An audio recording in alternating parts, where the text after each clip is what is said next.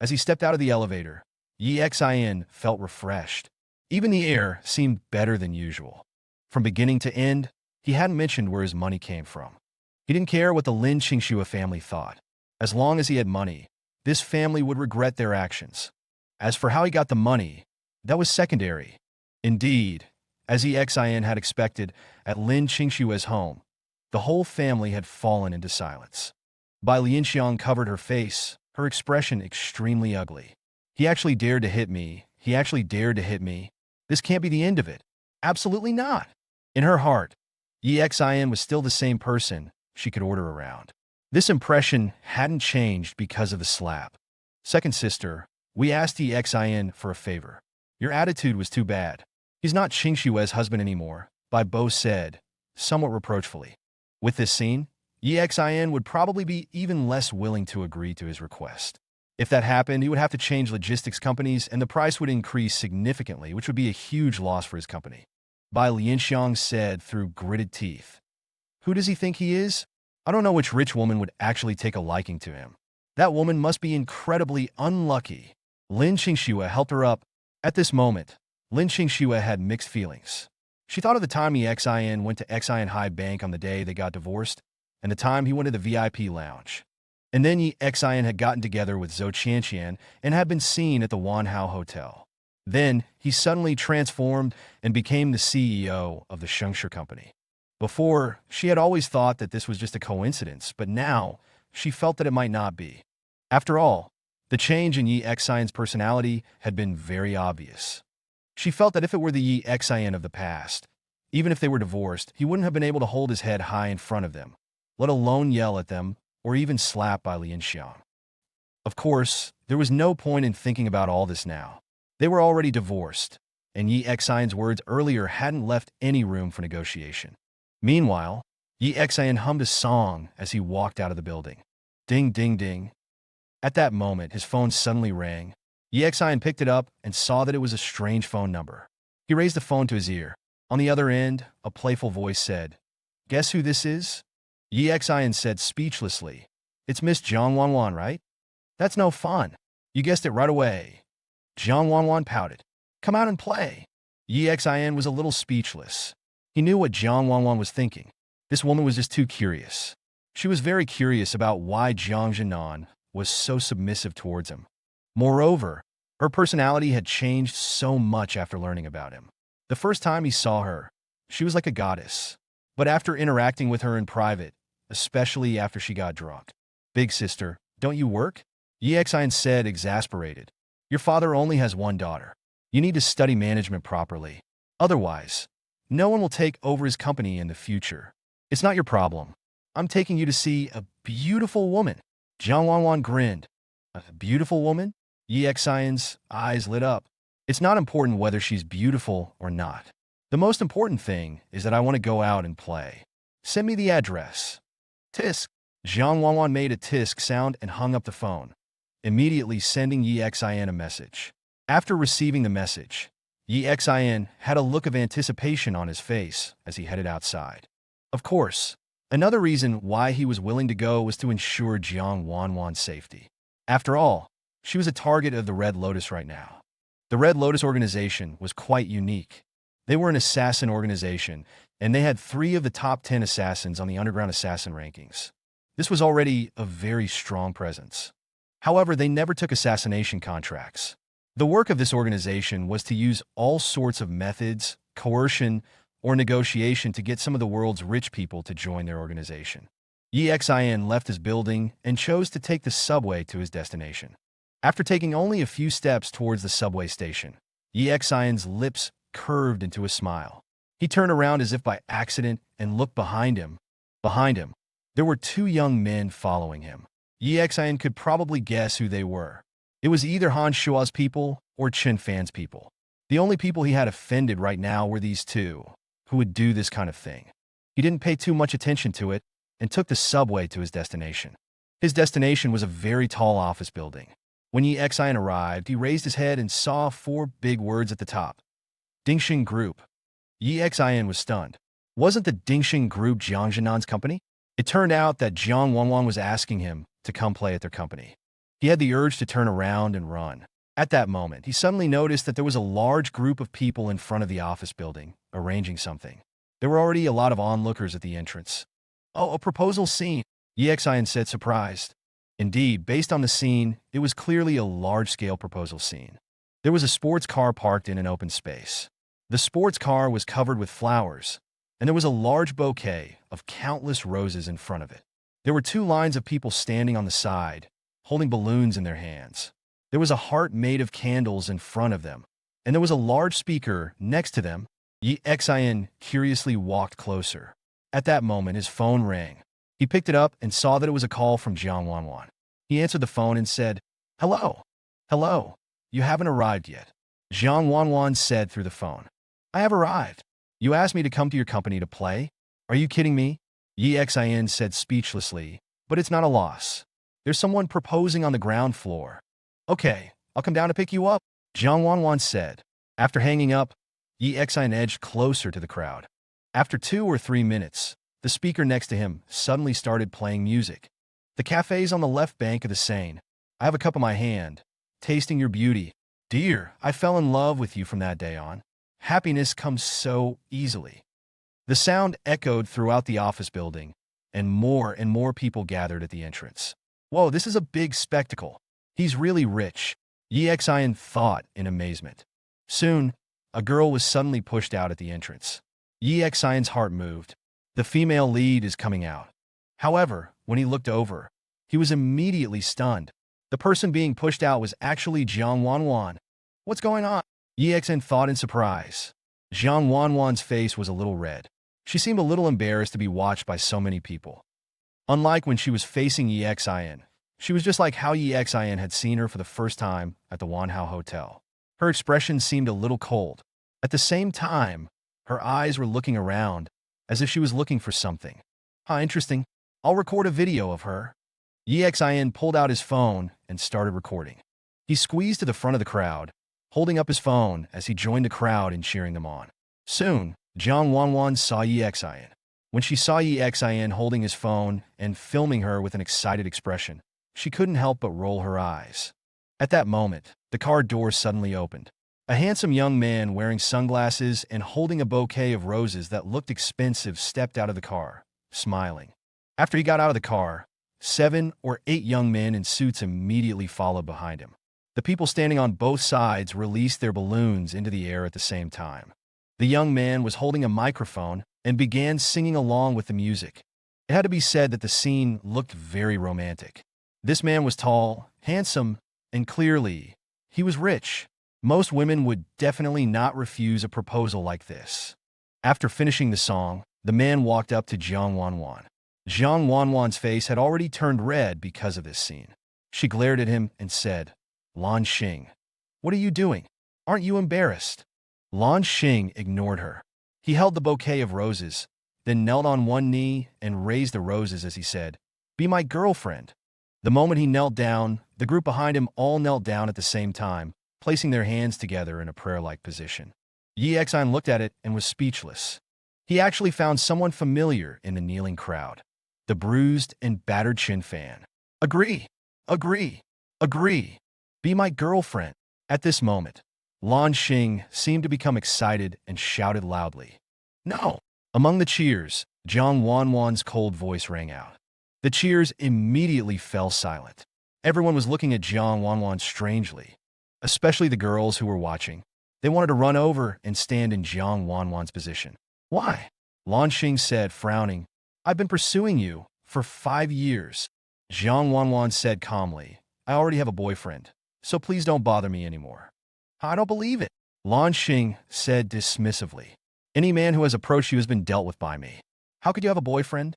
Yixian was surprised. This guy was a domineering CEO.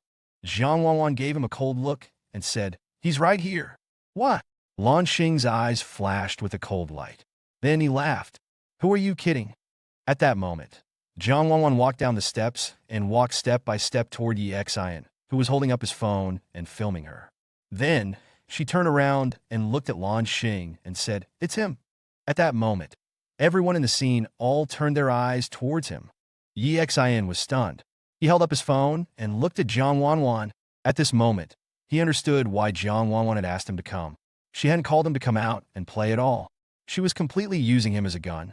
Clearly, this proposal had been planned for a long time. Jiang Wanwan had probably known about it upstairs a long time ago.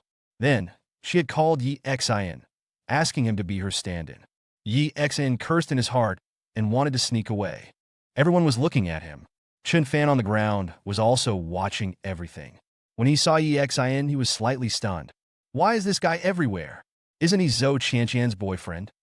Immediately after, his eyes lit up slightly. Then it looks like I guessed correctly. He is the boyfriend that Zhou Qianqian hired. But yesterday at the bar, why was Tao Dingyun so submissive to him? What is his relationship with Jiang Zhennan? For a moment, many thoughts flashed through his mind, but he didn't say a word. He could use Lan Xing to teach him a lesson. On the other side, Jiang Wanwan directly hooked her arm around Yi Xin's. Yi Xin wanted to break free and run, but Jiang Wanwan held on tightly.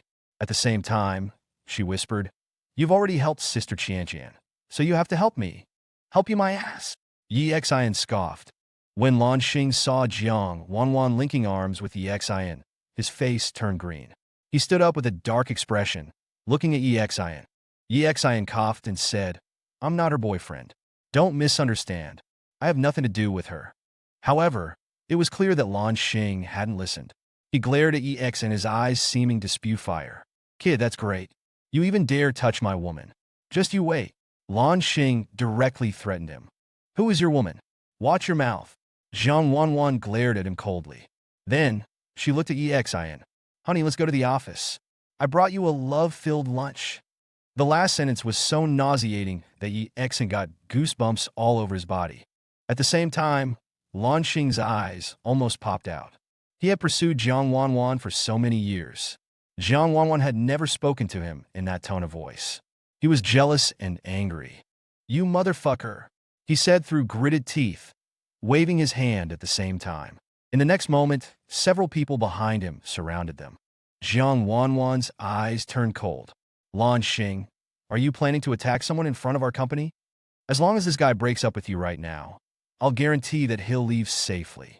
Lan Xing said angrily. Yi Xin was speechless. This guy was a complete idiot. He had already explained it, but he hadn't listened to a word. "What are you all surrounding them for? Do you not want to work anymore?" At this moment, a voice that was somewhat authoritative rang out. Jiang Zhennan walked out from the entrance of the office building, wearing a suit. He frowned and looked at Lan Xing. "Lan Xing, are you running wild in our territory?" Lan Xing gritted his teeth and looked at Jiang Zhennan. "Uncle Jiang, you said that I could come to pursue Wanwan openly, so I came. But Wanwan said that she has a boyfriend. Look at him.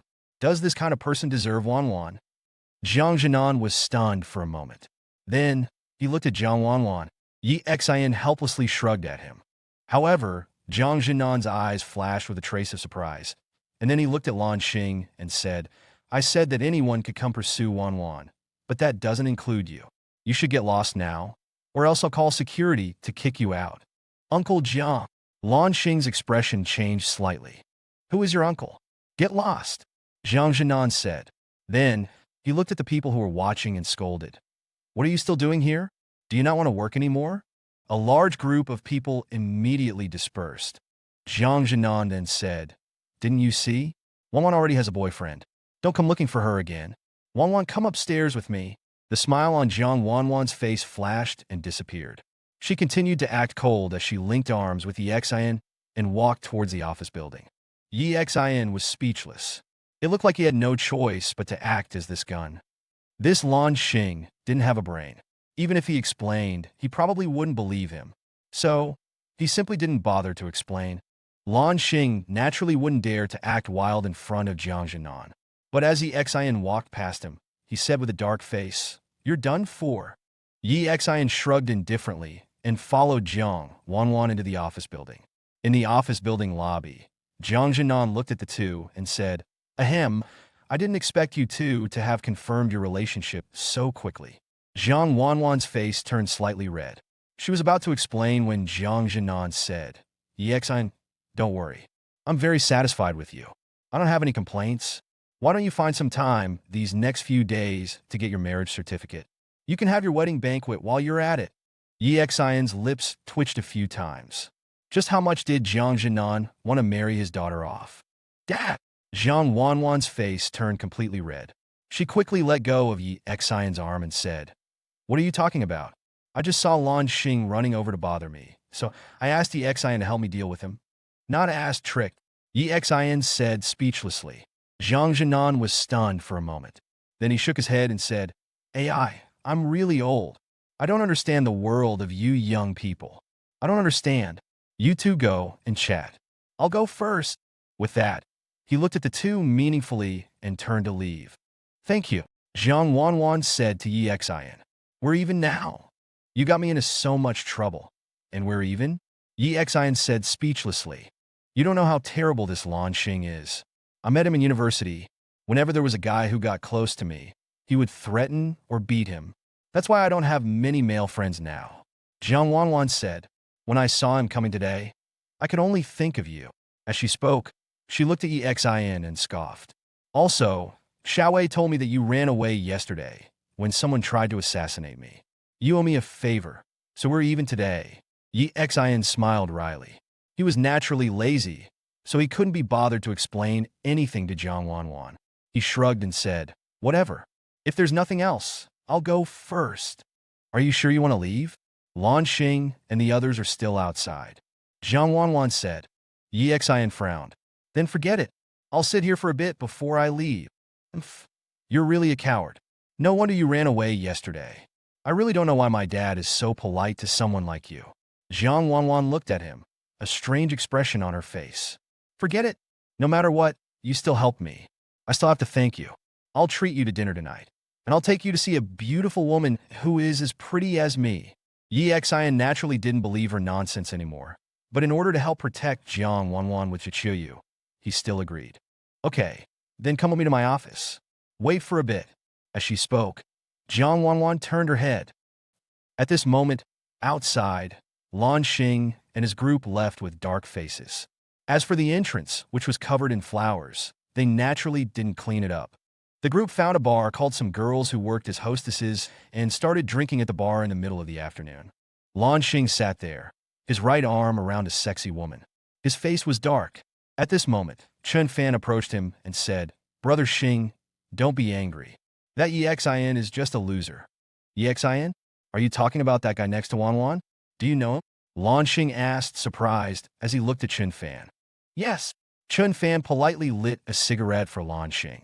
"He's the ex-husband of Han Shua's current girlfriend. He was a construction worker before, but then he somehow pretended to be Zhou Qianqian's boyfriend and attended the gathering that old man Jiang held a few days ago. At the gathering, it seemed that old man Jiang knew him." Lan Xing's eyes moved. "You were kicked out of the gathering by old man Jiang because of him?" "Yes. Old man Jiang didn't invite you, which means he has a little bit of a prejudice against you." Chen Fan quickly said, "Yesterday, I was planning to teach him a lesson at Tao Dingyun's bar, but old man Jiang called Tao Dingyun, saying that Yi Xian was his friend. That's why I got beaten up by Tao Dingyun. However, Tao Dingyun was afraid of old man Jiang. You don't have to be afraid. So, he's someone with no background at all, right?" A sinister look flashed in Lan Xing's eyes. Then, he squeezed the thigh of the girl in his arms forcefully. At 4:00 p.m., Jiang Wanwan left the office early with Yi Xian. She didn't care that it wasn't time for work to end yet. After all, this was her own company. The two of them drove to the airport. At the airport exit, Jiang Wanwan was standing there with an excited look on her face. She said to Yi Xian, who was next to her, "Don't worry. You definitely won't be disappointed. My senior was known as one of the two school flowers of Linhai University along with me." Yi Xian's heart moved. "You went to Linhai University? Did you go there as well?" Jiang Wanwan asked, surprised. "That can't be right. Those who graduated from Linhai University wouldn't become a construction worker." Yi Xian's mouth twitched. He didn't explain too much. Linhai was just his hometown. Not long after, people began walking out of the exit one by one. Jiang Wanwan waved to one of them. At that moment, Yi Xian's heart suddenly moved. Then, he quickly locked his eyes on one person. It was a woman wearing a red dress. As she came out of the exit, she attracted the attention of countless men. She was wearing sunglasses and was over 1.7 meters tall. Her sexy figure was clearly outlined by the tight red dress. She was simply a beauty. She seemed to be used to these gazes and didn't care at all. She dragged her suitcase and passed through the crowd. The corners of Yi Xian's lips curled into a cold smile. It seems that Yi Sun's death has made that old man He Lan Tian unable to sit still. Even the red rose has come to Jiang City. Yi Xian, what are you looking at? Come on, let me introduce you. Jiang Wanwan said. Yi Xian withdrew his gaze and turned around. At this moment, 3 people were standing in front of him. 2 women and 1 man. When Yi Xian's eyes landed on them, their eyes also saw Yi Xian. Both sides' expressions changed slightly. Immediately afterward, the 3 of them said at the same time, "It's you." At the airport exit, 3 people looked at Yi Xian with different expressions. The man's face was tinged with sarcasm, a kind of disdain. Beside him stood a capable-looking woman in long boots. Her expression was not pleasant, and she seemed angry. The other woman had long, loose hair and wore a white dress. Her beautiful face was tinged with coldness, and the look she had at Yi Xian was 3 parts complex, 3 parts resentment, and 4 parts astonishment. "Senior, do you know Yi Xian?" Jiang Wanwan asked, surprised. Bai Yao didn't speak, but the man next to her said sarcastically, "Of course she knows him. This is the young master of the Yi family in Lin Hai City." Jiang Wanwan looked at Yi Xian in surprise. The Yi family of Lin Hai was the most prestigious family in China. If Yi Xian was a member of the Yi family of Lin Hai City, it made sense why her father had been so polite to him. But she couldn't understand. She had asked someone to investigate Yi Xian's past, and before that, Yi Xian was just an ordinary construction worker. Did a member of the Yi family need to work at a construction site? Was he experiencing life, or something? At this time, the man spoke again. 9 years ago, he was a prominent figure in Lin Hai City. As for his reputation, Yi Xian frowned. This matter was related to why he had entered the night watch. Yi Xian came from the Yi family of Lin Hai City, but his family was only a collateral branch of the Yi family. Of course, under the large tree of the Yi family, his family was still considered wealthy. Moreover, Yi Xian's grades were excellent back then, and he was highly valued by the elders of his family. However, when Yi Xian was 18 years old, an accident happened. Because of that accident, Yi Xian was placed on the pillar of shame and even faced imprisonment. At that critical moment, he had been coaxed by an old man to go to the night watch. But in the eyes of Lin Hai City and the Yi family, Yi Xian had already been imprisoned. Yi Xian knew 2 of the 3 people in front of him. Bai Yao was his classmate for 6 years in junior and senior high school. They had also gone to the same university, but Yi Xian had dropped out shortly after starting his studies. The man was someone he had met in college. His name was Zhou Rui, and he was Bai Yao's obsessed pursuer. During their school days, he couldn't stand Yi Xian because Bai Yao was close to him. During college, he even asked people to bully Yi Xian. Yi Xian had not yet joined the night watch then, and he had not learned martial arts. One fist was no match for many hands. Bai Yao had not seemed interested in Zhou Rui at that time. Yi Xian had not expected that the 2 of them would appear in Jiang City together after 9 years. And as for Bai Yao, the young Yi Xian had secretly had feelings for her. After all, she was very beautiful, and they had known each other since junior high. However, Yi Xian had never revealed his feelings. Bai Yao came from a very good background, and she herself was very proud. It was by chance that Yi Xian was able to get close to her at the time. Until Yi Xian had his accident and disappeared from Lin Hai, everyone thought he had been imprisoned. After a brief moment of surprise, Yi Xian's expression returned to calm. Jiang Wanwan asked curiously, "A prominent figure? What kind of prominence?" "The Yi family is a prominent family.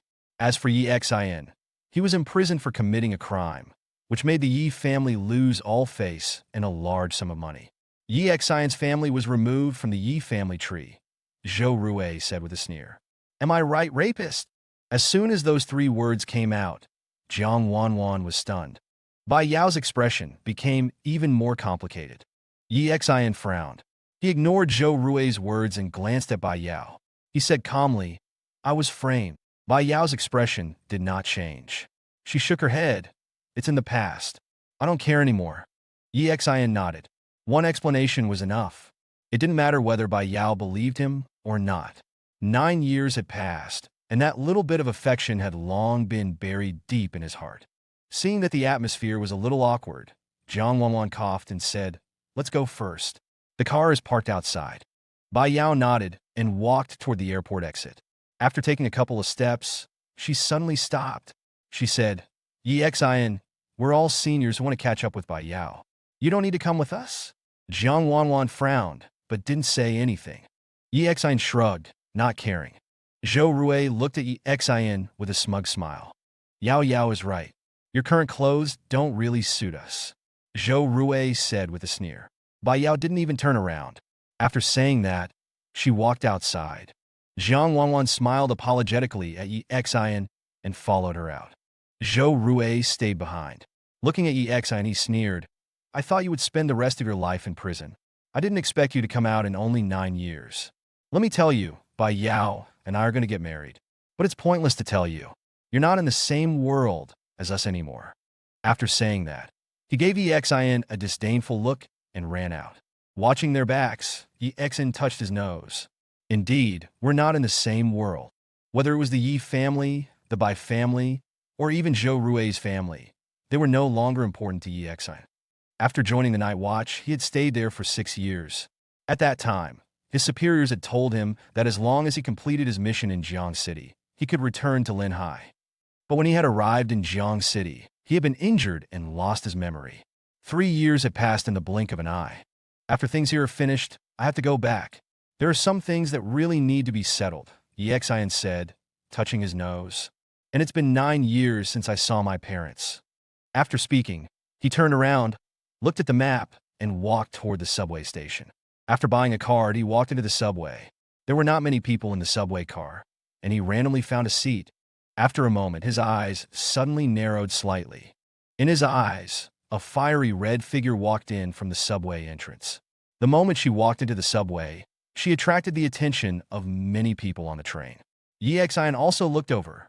A woman in a red dress with a hot figure was wearing sunglasses and pulling a suitcase as she entered the carriage. It was Red Rose. "She's actually taking the subway." Yi Xian was a little surprised. She was a top assassin who had countless wealth. He never expected that she would choose to take the subway. Red Rose looked around, then turned slightly and walked to the empty seat next to Yi Xian and sat down. Immediately, many envious eyes were cast in Yi Xian's direction, especially the man sitting across from Yi Xian with glasses and a receding hairline. He looked at Red Rose, swallowed, and licked his lips. He looked like a dirty old man. Smelling the faint scent of roses, Yi Xian was quite comfortable. He pulled out his phone and started playing games. "Handsome guy, are you from Jiang City?" At this time, Red Rose used her slender, white fingers to point at Yi Xian's shoulder. Yi Xian looked up at her. She had already taken off her sunglasses, revealing a perfect face without any flaws. I guess so." Yi Xian coughed. Red Rose thought that Yi Xian was a little nervous because she was too beautiful. Seeing Yi Xian look over, she smiled. "Well, this is my first time in Jiang City. I don't know what fun things there are to do in Jiang City. Can you recommend something? Although there are some things online, I feel like a recommendation from a local would be better," Red Rose said. Yi Xian pondered, pretending not to know her. He eagerly introduced things, saying, "Jiang City is a tourist city, and there are many sights. If you come to Jiang City, the White Elephant Tower is a must-see. The night view is beautiful, and it's close to the river with its beautiful scenery." Yi Xian gave her an honest introduction. After chatting for a while, Red Rose suddenly said, "You seem to know quite a lot about it. Why don't I hire you to be my guide?" As she spoke, she smiled again. "You wouldn't refuse, would you?" Yi Xian's eyebrows twitched slightly, and he looked at Red Rose and said, "Being a guide isn't a problem, but do you have money?" Red Rose was slightly stunned. She had thought that if she took the initiative to invite Yi Xian to be her guide, Yi Xian should have agreed without a second thought. But she had never expected that Yi Xian would actually ask her for money. "Money, I can have, but isn't it better if I make it up to you with something else?" Her words were filled with endless temptation. Any man who heard that would probably have a reaction. Yi Xian also couldn't help but swallow. At the same time, the information about Red Rose appeared in his mind. Red Rose, 7th on the City of Sin's assassin list and one of Red Lotus' top assassins. She became famous after assassinating a chieftain. Her strength was roughly between numbers 15 and 30 of the Night Watch. Her private life was a bit chaotic, and she was keen on flirting with young, strong men. Obviously, Yi Xian had been targeted by her. He had become her prey. Seeing Yi Xian's reaction, Red Rose's lips curled up slightly. She was clearly very satisfied with his reaction. How about it? She moved closer to Yi Xian, and his arm felt her amazing elasticity. She didn't think Yi Xian would refuse her. Yi Xian sighed and said, "Okay, okay." Yi Xian's voice was tinged with anticipation. Hearing Yi Xian's words, Red Rose was slightly stunned. Then, the smile slowly disappeared from her face. Her tone was no longer as seductive as before. She said indifferently, "Forget it. I'd rather play by myself." Yi Xian was dumbfounded. What the hell was going on? At this time, Red Rose said indifferently, "A man like you is too unchallenging, boring." As she spoke, she put on her sunglasses and didn't look at Yi Xian again. Unchallenging. So, while this woman's private life was chaotic, she was also a sadist. She didn't want men she could easily flirt with. She wanted those that were a little challenging, those who would actively reject her first. Looking at Yi Xian's somewhat conflicted expression, Red Rose's lips unknowingly curled up into a sneer. She enjoyed this feeling, the thrill of tempting someone, making them think it was easy to get her, and then rejecting them. Yi Xian naturally noticed her smile and cursed inwardly. What a damned psychopath. Red Rose clearly didn't intend to pay any attention to Yi Xian. She put on her sunglasses, pulled out her phone, and started playing. Yi Xian cursed inwardly. If there weren't so many people around, just for messing with him, and because she was a member of Red Lotus, he would have killed her. At the same time, he glanced at Red Rose, sneering inwardly. "Since you've come to Jiang City, I'll make sure you fall into my hands sooner or later. And then I'll torture you mercilessly." Of course, in Red Rose's eyes, Yi Xian's look was one of desire and resentment. Her sneer became even more intense. The subway moved slowly forward. At the same time, on the other side, Jiang Wanwan was driving, taken by Yao and the others to dinner. Jiang Wanwan said curiously, "By the way, what's the deal with you saying Yi Xian is a rapist? He doesn't seem like one, and he even saved my dad's life. My dad is so grateful to him. 9 years ago, he asked by Yao's cousin to have dinner with him. Then, he drugged her and raped her." Zhou Rui said angrily. If he liked Bai Yao's cousin, he could have just pursued her. Instead, he used that underhanded method. Bai Yao is so close to her cousin. You should also stay away from him. Jiang Wanwan was surprised.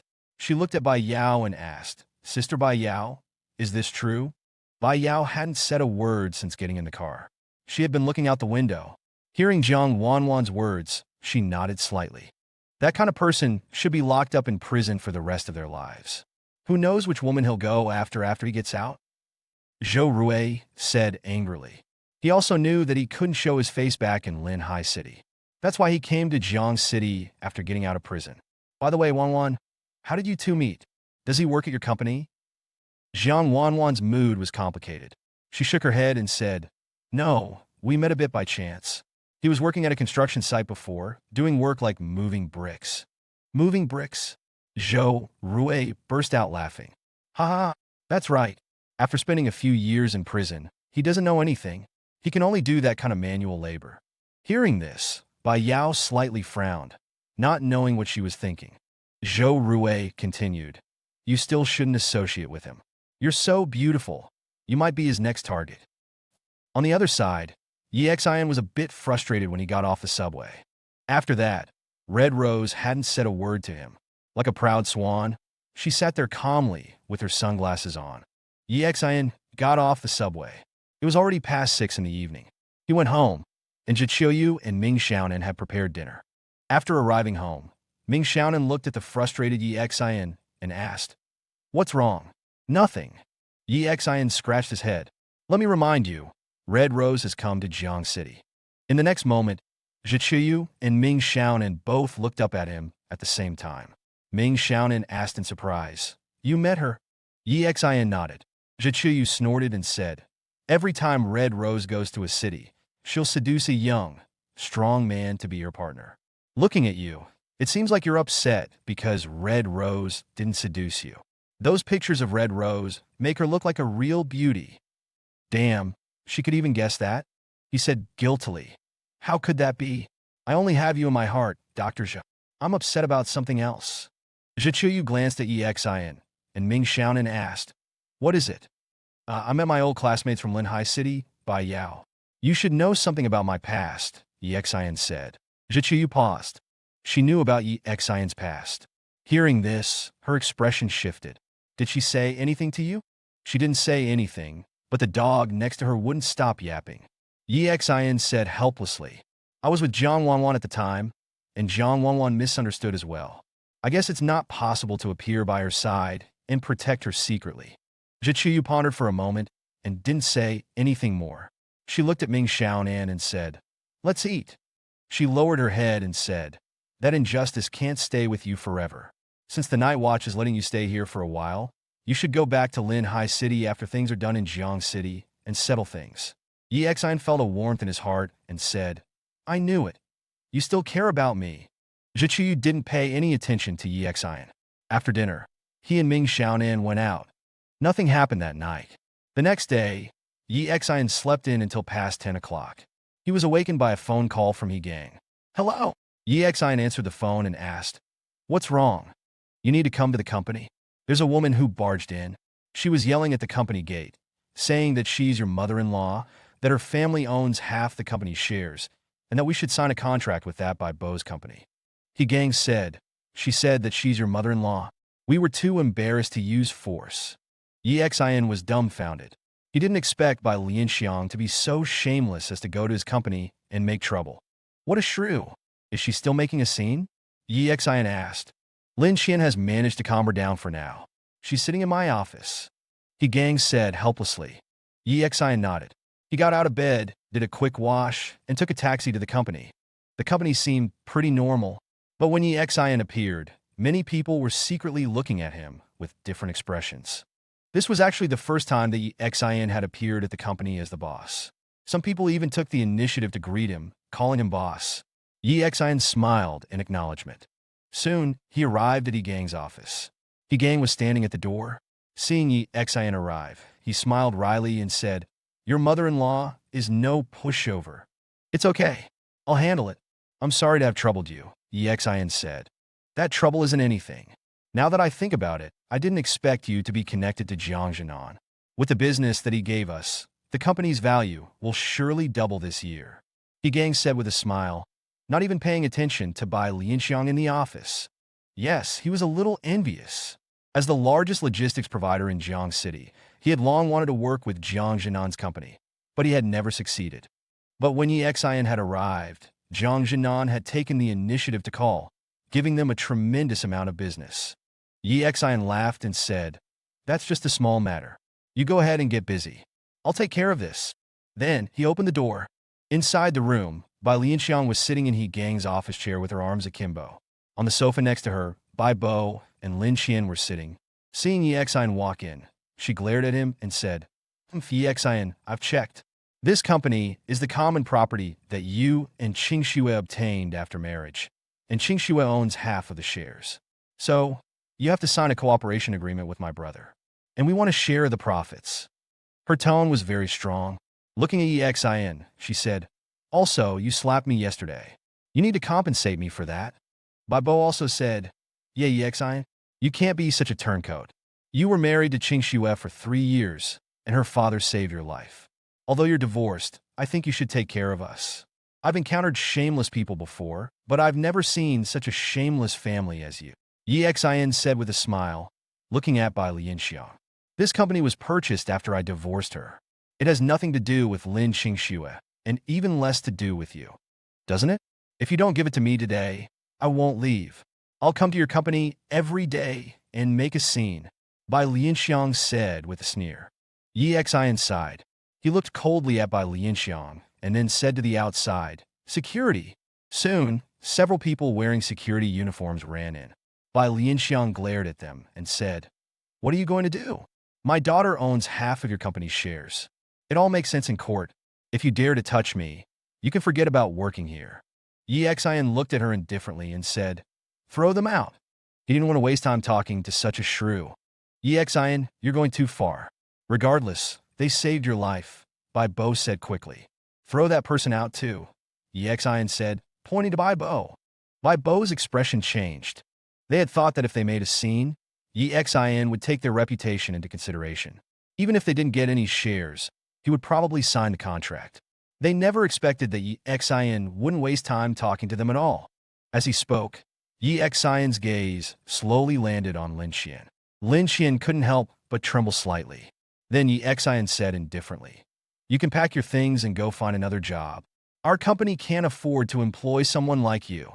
Lin Qingxue's expression changed, and her beautiful face turned white. Lin Qingxue was very beautiful. Because of her looks, she was quite arrogant towards ordinary people. However, her background was quite ordinary. Although she wanted to hook up with a rich second generation, she was also a bit conservative deep down. She looked down on these ordinary men, but she hadn't met any rich second generation guys. She was just a very ordinary office worker. In Jiangcheng, Qingxue company wasn't the top company, but it was still a relatively large one. There weren't many companies with assets exceeding 100 million. The benefits at Qingxue were also quite good. Ever since Xin became the boss, she had been worried about being fired, but these days, Xin hadn't mentioned it. Yes, Xin initially didn't want to hold it against her. As long as she worked hard, he wouldn't care, since he wasn't often at the company anyway. But he knew how Bai Lianxiang and Bai Bo got into the company. It was definitely Lin Qingxue who brought them in. Moreover, it was highly likely that Bai Lianxiang's disturbance this time was planned by their family yesterday. Xin had seen shameless people before, but he had never seen anyone this shameless. So he really wanted to completely cut ties with this family, and there was no need for Lin Qingxue to stay at the company. Hearing Xin's words, Lin Qingxue's pretty face turned pale. Losing this job, it would be extremely difficult for her to find another job comparable to this one. Lin Qingxue bit her lip, then sneered. Xin, don't think you're so great just because you have some money. Who cares about this job? Han Shuo will definitely find me a job 10 times better than yours. Xin didn't answer her and turned to leave the office. In the corridor, Bai Lianxiang was still yelling. Xin, you ingrate. Everyone look, your company's boss is an ingrate. He divorced my daughter and didn't give her a penny. We saved his life. He became evil after he got rich. She was being dragged by the security guards, but her mouth was still shouting loudly. Bai Lianxiang and Bai Bo were dragged downstairs. Downstairs, many passers-by stopped to watch. Yang Chong was also in the crowd. He couldn't stand it anymore and jumped out to scold. How dare you call Xin an ingrate? It's true that Xin was saved by your husband. Your husband made him marry your daughter. Before, Xin had no memory due to his injury and didn't even know his bank card password. But to support you and your daughter, he worked almost 365 days a year on the construction site to support you. He worked like an ox for you for 3 years. But what about you?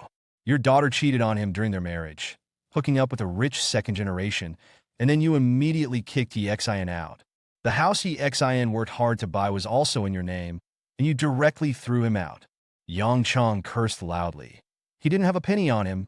Now he has recovered his memory and remembered that he used to be rich. He acquired this company, and then you came to ask for money. Are you shameless or not? Yang Chong glared at her. The security guards subconsciously stopped. The onlookers frowned when they heard this. What kind of family is this? She seems to be Lin Qingxue's aunt. I saw Lin Qingxue bring them in before. Lin Qingxue? The one from HR? She's not a good person either. She's been flirting with many people in the company, just because she's a bit pretty. This whole family is probably not good. Xin happened to come downstairs, and Lin Qingxue followed him with a grimace. Hearing this, her expression changed slightly. Bai Lianxiang's face didn't look good when she heard Yang Chong say this. She glared at Yang Chong and scolded. Who are you? What do you know about our family affairs? You have no right to butt in. I'm just someone who can't stand injustice. You're really shameless. Yang Chong glanced at Bai Lianxiang. Bai Lianxiang's face turned ugly at first, and then she started yelling again. Drag them out. Xin came down and said calmly. The security guards dragged the two out. As for what Bai Lianxiang was shouting, Xin didn't care. He wasn't at the company anyway, so he didn't care how these people talked about him. He looked at the onlookers around him and frowned. Disperse, everyone. Stop watching. After saying that, he looked at Lin Qian and said, you have half an hour to pack your things and leave. By the way, go back and tell your whole family. At this point, Yi Xian's tone suddenly became cold. My patience has reached its limit. Don't provoke me again, or I will take back that house too. Lin Qian gritted her teeth and turned towards her department. Only then did Yang Chong run over and say, you've really had bad luck for 8 lifetimes to encounter this family. Yi Xian smiled at him and said, why are you here? Didn't it just have surgery? I called my sister from the countryside to come over. I feel uneasy not coming to work after taking so much money, Yang Chong said. Yi Xian pondered for a moment. In fact, he kind of wanted to bring Yang Chong back to the Night's Watch. Yang Chong's character and personality were very good. But the only problem was that Yang Chong was a little old. Beep, beep, beep. At this time, Yi Xian's phone rang. He looked at Yang Chong and said, all right, you go get busy. I'll take this call. Okay. After his discharge from the hospital, I have to treat you to a meal. Yi Xian, I owe you a big favor. Even my life is not enough to repay it, Yang Chong said seriously. Get lost. You're being so corny. Yi Xian cursed. Yang Chong chuckled and ran towards the HR department. After he left, Yi Xian picked up his phone and found that it was Jiang Wanwan calling. Yesterday, when Zhou Rui and the others chased him away, Jiang Wanwan didn't say anything. Obviously, the word rapist made her feel apprehensive at the time, but he didn't expect Jiang Wanwan to call him. Yi Xian frowned and answered the phone. Hello. I'm sorry about yesterday. I left you alone at the airport. Jiang Wanwan apologized to Yi Xian. It's okay. Yi Xian didn't mind too much. Come find me. I'm at the White Elephant Tower with Senior Bai Yao. Jiang Wanwan said, Senior Bai Yao wants to see you. Yi Xian frowned. He didn't expect Bai Yao to want to see him. He nodded and said, all right, I'll come find you. He went out and took a taxi to the White Elephant Tower. The White Elephant Tower was a tourist attraction in Jiangxing, located at the highest point in Jiangxing, near the river. The scenery was excellent, and many tourists chose to stay there. Of course, the price was a bit expensive. This area was actually quite commercially developed. Soon, Yi Xian arrived at a tea house near the White Elephant Tower. He called Jiang Wanwan to confirm the room, and then he entered the tea house. In a private room of the tea house, Yi Xian slowly pushed open the door. Inside the room, the fragrance of tea filled the air. Jiang Wanwan and Bai Yao were sitting opposite each other. Seeing Yi Xian come in, Jiang Wanwan smiled and said, come quickly. You're in luck. You can taste Senior Bai Yao's tea art. Bai Yao sat in front of the tea set, like a classical beauty. Every movement was very elegant. Yi Xian walked into the room. Bai Yao didn't look up at him, but said to Jiang Wanwan, Wanwan, can I talk to Yi Xian alone? Jiang Wanwan nodded.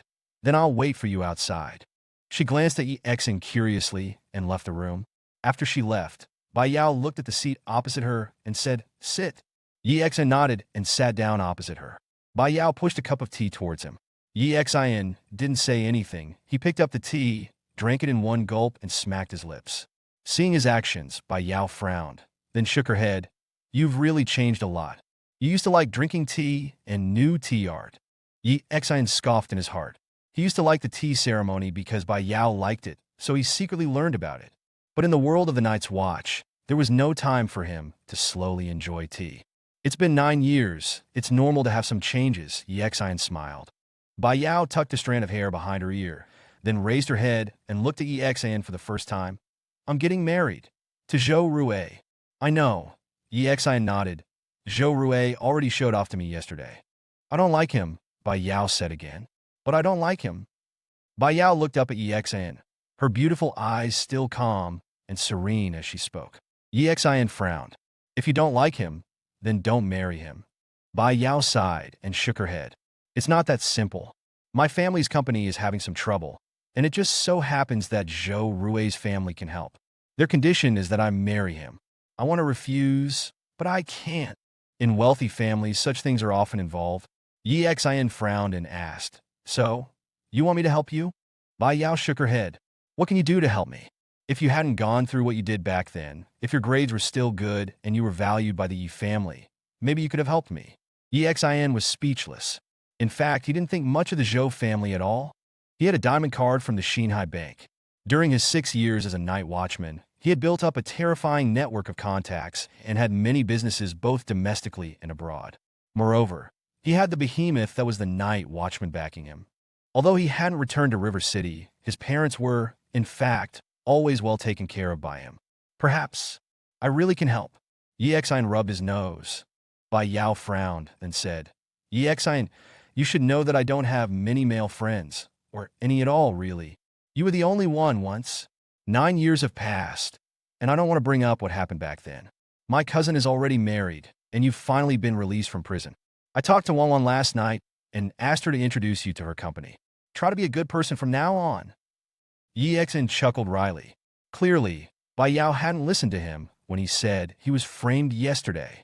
He pursed his lips and said, So you came to me just to say this? I told you I don't have many male friends, Bai Yao said. And it's been 9 years. I wanted to see you, to talk to you alone.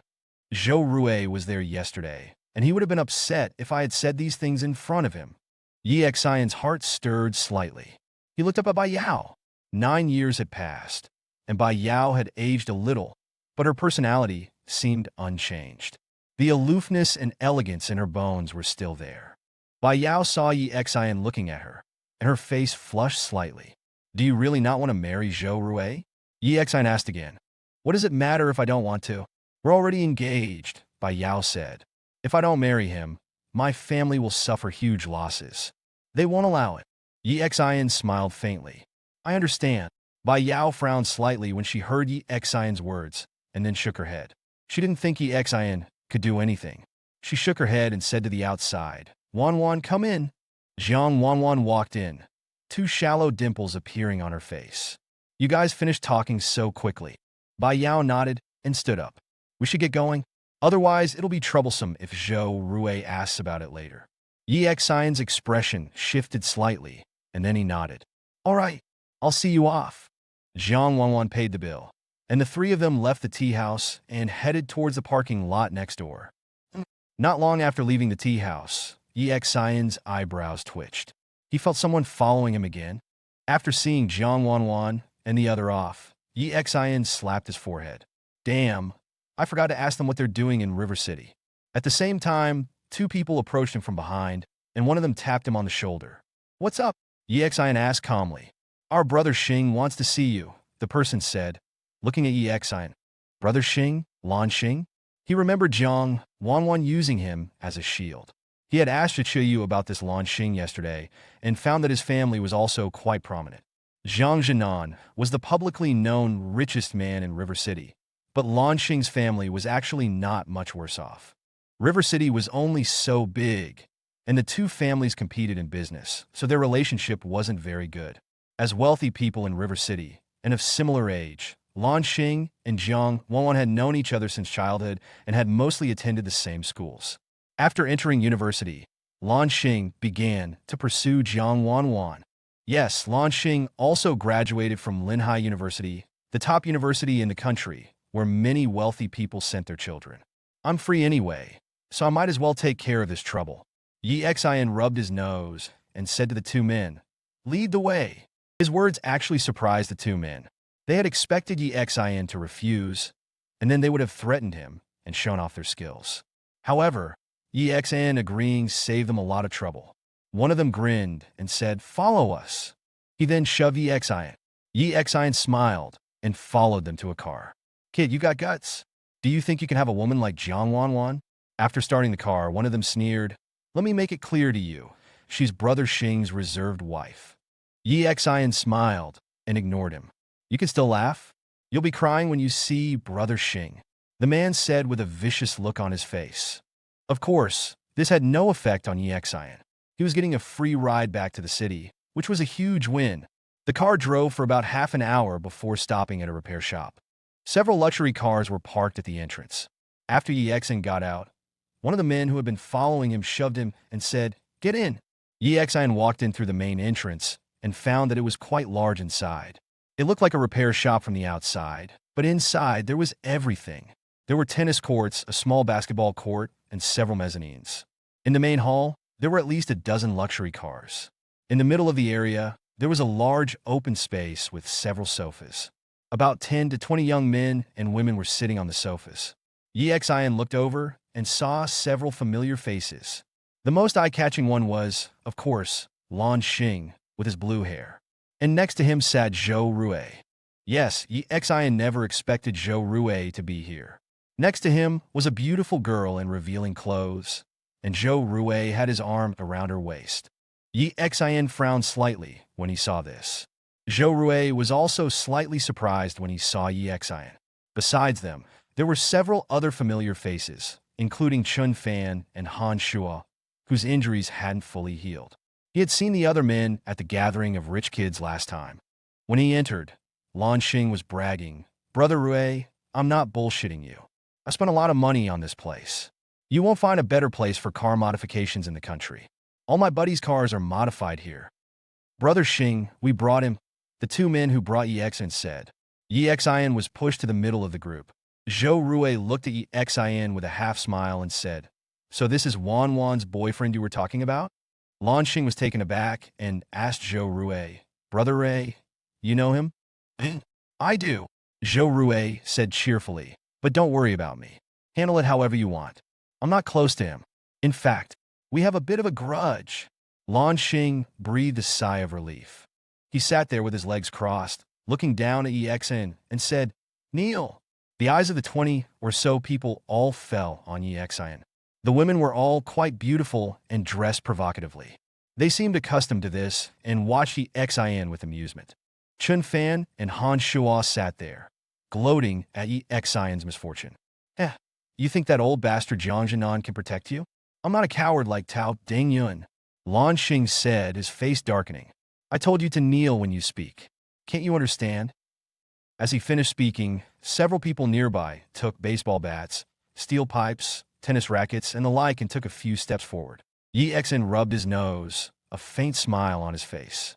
His gaze slowly swept over Lan Xing, and then he moved his lips slightly and said, "Do you even deserve to bark in front of me? You think you're worthy of barking at me?" Yi Xian smiled, looking at Lan Xing, speaking indifferently, tit for tat. For a moment, the entire factory fell silent. Everyone looked at Yi Xian, most of them with dazed expressions. Especially those who didn't know Yi Xian before, they were completely stunned. This place was Lan Xing's private property. These girls were often called over to play. The so-called play was just to accompany these rich second-generation heirs to drink, and of course, that included sleeping. They could get very generous tips from it. Having been here so many times, they had seen too many people brought into the factory by Lan Xing. The lighter ones left with bruises and swollen faces. The more serious ones would lie in the hospital for several months. But no matter who it was, everyone acted subserviently towards Lan Xing in this factory. Yi Xian was the first person who dared to challenge Lan Xing in this place. After a brief moment of shock, a person carrying a baseball bat came over and said, "Kid, what the hell did you say? I'll kill you. You believe me or not?" Yi Xian raised his eyebrows, glanced at him, pointed to his own head, and said, "Come, hit here. If you don't hit me, you're my grandson." The person's face was filled with rage. He came up with a baseball bat and said loudly, "You think I wouldn't dare?" Obviously, he had done this kind of thing many times before. "Stop. Interesting, interesting." Lan Xing clapped his hands and stood up, saying, "In Jiang City, you are the first person who dares to talk to me like this." Yi Xian smiled at him and said, "So, people who don't know would think you're some rich second-generation heir from a wealthy family," Lan Xing said, stepping on the table in front of him. The table was full of wine. He picked up a glass, grabbed a bottle of wine, and while pouring, he walked towards Yi Xian. "But in fact, you're just a dog who carries bricks on a construction site." As he spoke, he had already reached Yi Xian. Holding the wine bottle, he said, "A dog like you. Even if I kill you, no one will seek justice for you. What makes you think you can be arrogant in front of me?" With that, his expression suddenly became ferocious. He splashed the wine in his left hand directly at Yi Xian. At the same time, the thick wine bottle in his right hand smashed towards Yi Xian's head. A trace of disdain appeared on the corner of Yi Xian's mouth. He slightly turned his body, dodging the wine, and his hands suddenly thrust forward. Almost instantly, Lan Xing found that the wine glass and the wine bottle had suddenly left his hands.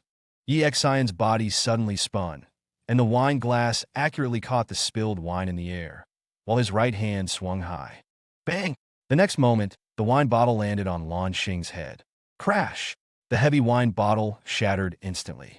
Lan Xing only felt a dizzy spell, and before he could react, Yi Xian let go of the wine bottle, and his hand directly pressed down on Lan Xing's head. Smack!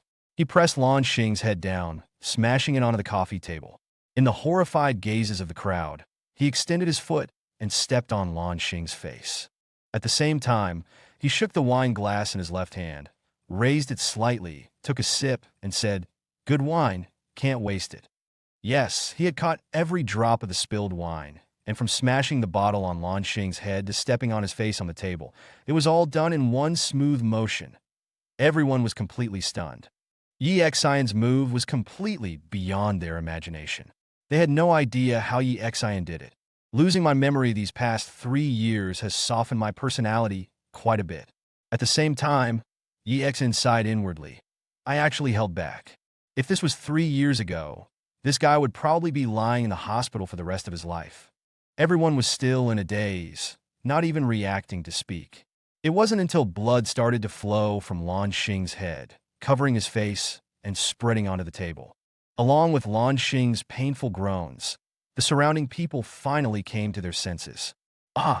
Seeing the blood flowing out, the women started screaming. Zhou Rui's eyes narrowed slightly as he looked at Yi Xian, a playful smile on his lips. Nearby, someone shouted, "Kid, you fucking let go. Do you think you can leave here alive?" As he spoke, a person waved a baseball bat and was about to rush over. Yi Xian sneered, and his right foot pressed slightly harder on Lan Xing's face. Ah! Lan Xing's screams became even louder. The person who had rushed forward didn't dare to continue.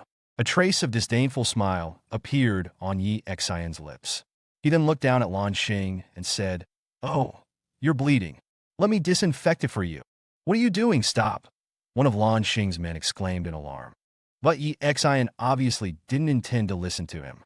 He slowly poured the wine from the glass onto Lan Xing's head. The intense pain of the alcohol on the wound almost made Lan Xing faint. "Ah! Ah! Ah!" he screamed loudly. Everyone around was terrified, especially Han Shuo and Chen Fan. Both of them couldn't help but retreat towards the back of the sofa, their bodies trembling slightly. Too ruthless. Yi Xian was too ruthless. They had always looked down on Yi Xian before, thinking that he had no background and could be played with as they pleased. But now it seemed that the barefooted are not afraid of those who wear shoes. Yi Xian's reckless ruthlessness made their hearts tremble.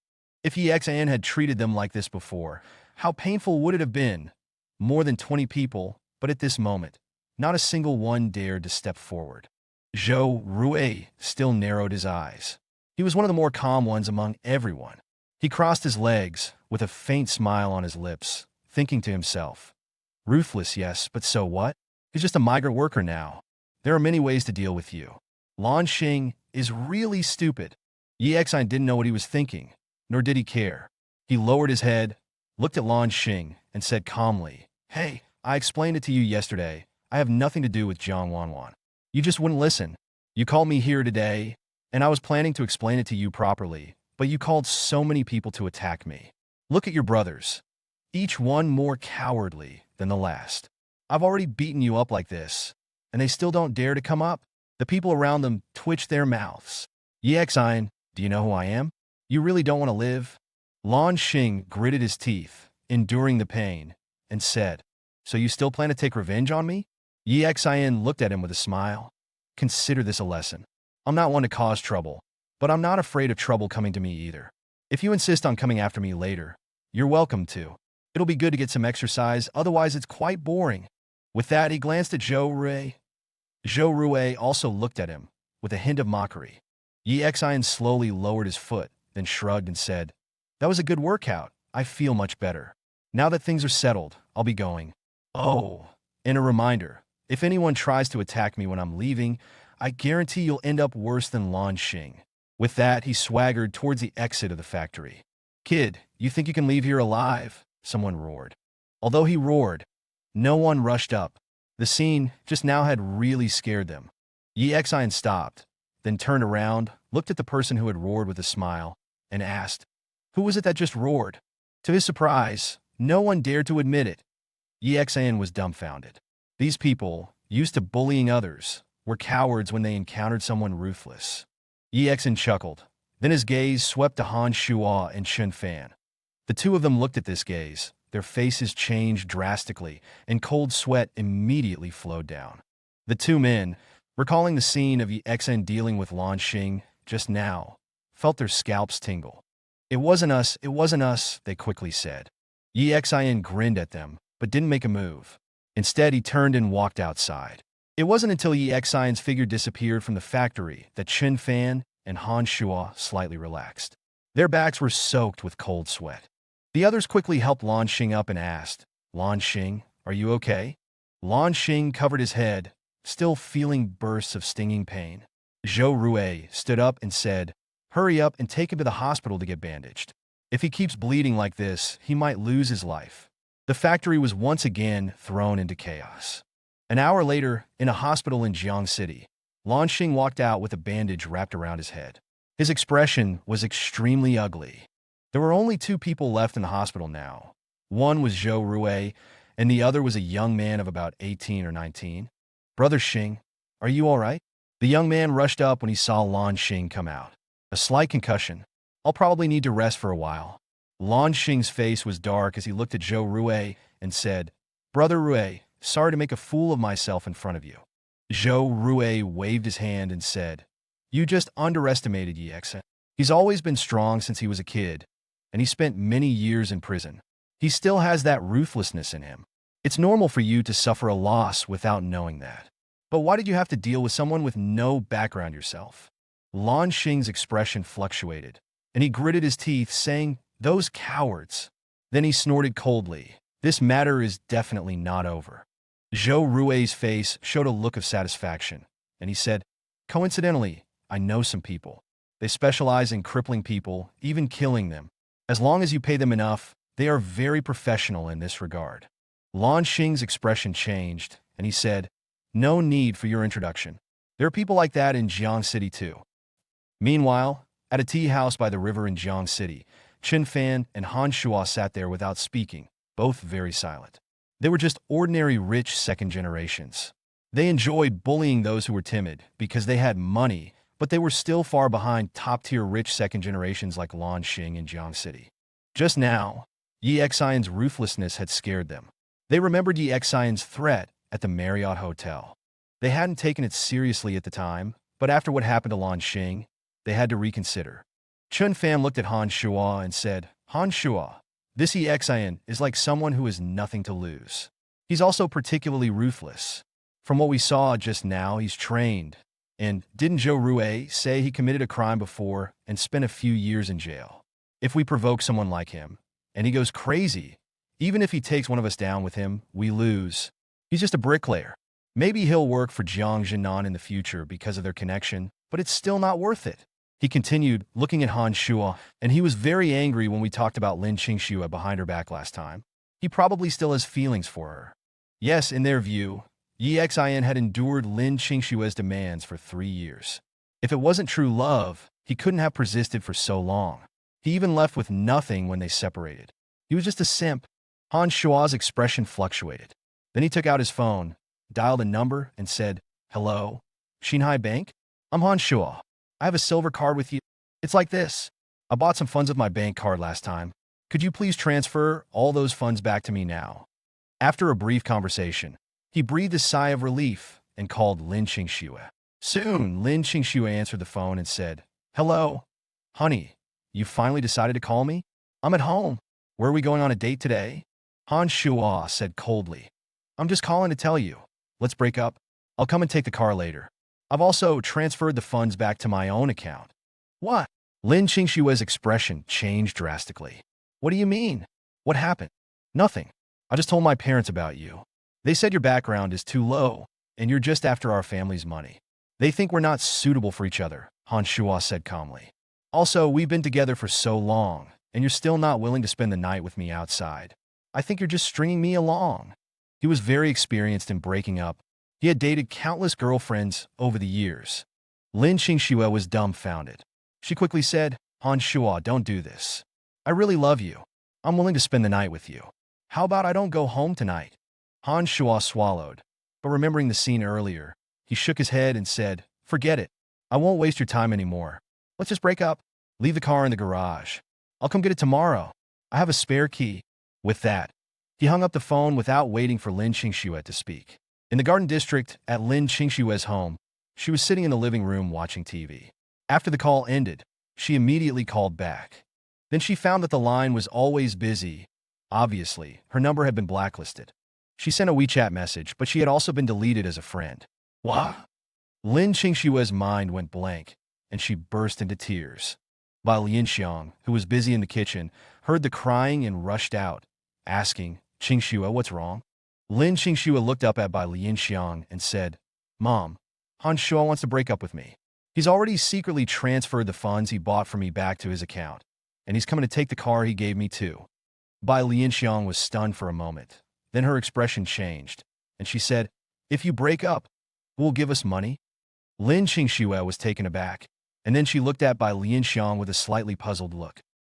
Yixin naturally didn't know that his actions had scared Han Shua so much that he directly chose to break up with Lin Qingxue. Of course, in Yixin's opinion, Han Shua and Lin Qingxue's breakup was inevitable. Han Shua, a playboy, was only interested in Lin Qingxue's looks and wouldn't have real feelings for her, which was evident from his previous conversation with Chen Fan. After leaving the factory, he wandered around the streets for a while. He was really bored. After walking for a while, he saw an internet cafe and decided to go in and play a few games. When he reached the counter and took out his ID card to swipe it, someone patted his shoulder and said, coward. Yixin turned his head and said with surprise, Qin Xiaowei, you're here to play games too? Yes, this girl was Jiang Wanwan's best friend, Qin Xiaowei. Her dress was still very bold, wearing a very short skirt and a crop top, revealing her slender waist and clearly visible abs. Qin Xiaowei ignored Yixin and said with a sneer, if you want to use the internet, go to another internet cafe. You're not welcome here. Yixin scratched his head and said, obviously. Qin Xiaowei thought he had run away and was a coward. He didn't bother to explain and said cheerfully, you can't control where I use the internet. With that, he slapped his ID card on the counter and said, cashier, 5 yuan. 5 yuan won't even get you an hour here, Qin Xiaowei said with a sneer.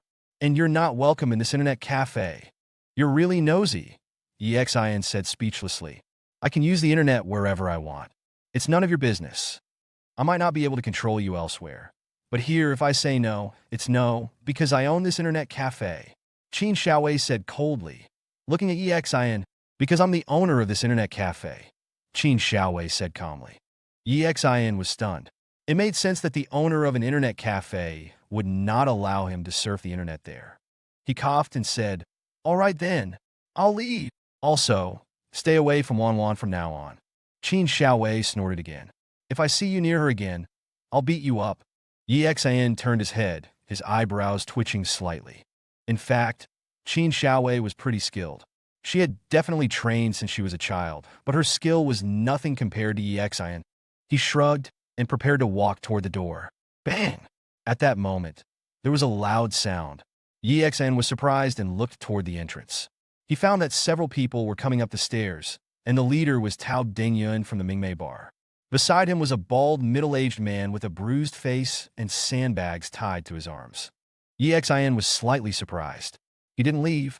Instead, he walked to the empty seat next to him, pulled out a chair, and sat down as if he was watching a show.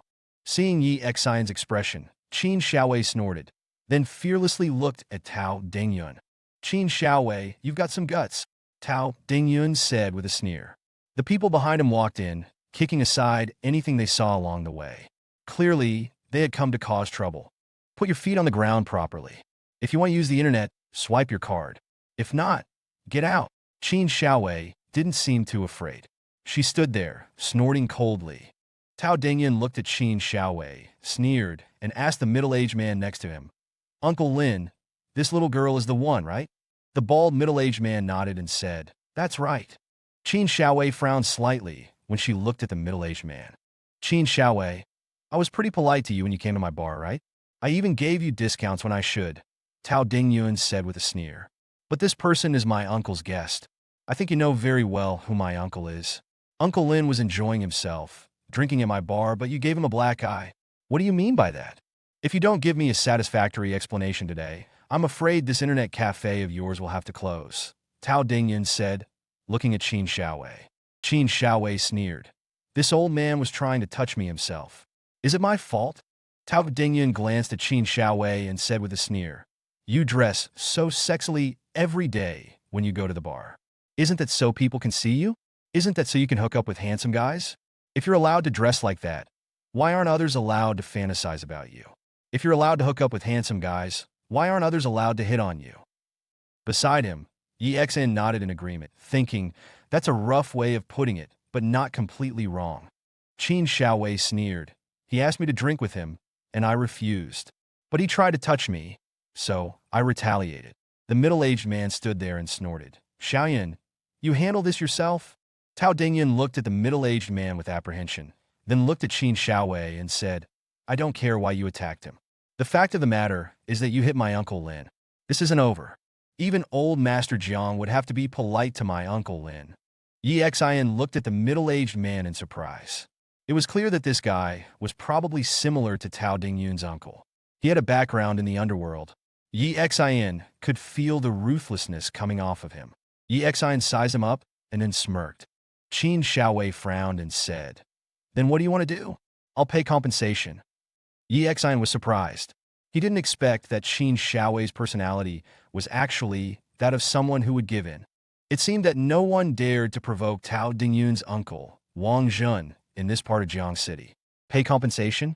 We don't care about your little bit of money, Tao Dingyun said, looking at Qin Xiaowei. Tonight, you're going to spend the night with Uncle Lin. Then, this matter will be over. Otherwise, this internet cafe of yours and your father's taekwondo school will have to close. Qin Xiaowei's face suddenly turned ugly. She bit her lip as she looked at Tao Dingyun and said, You're dreaming. Tao Dingyun frowned.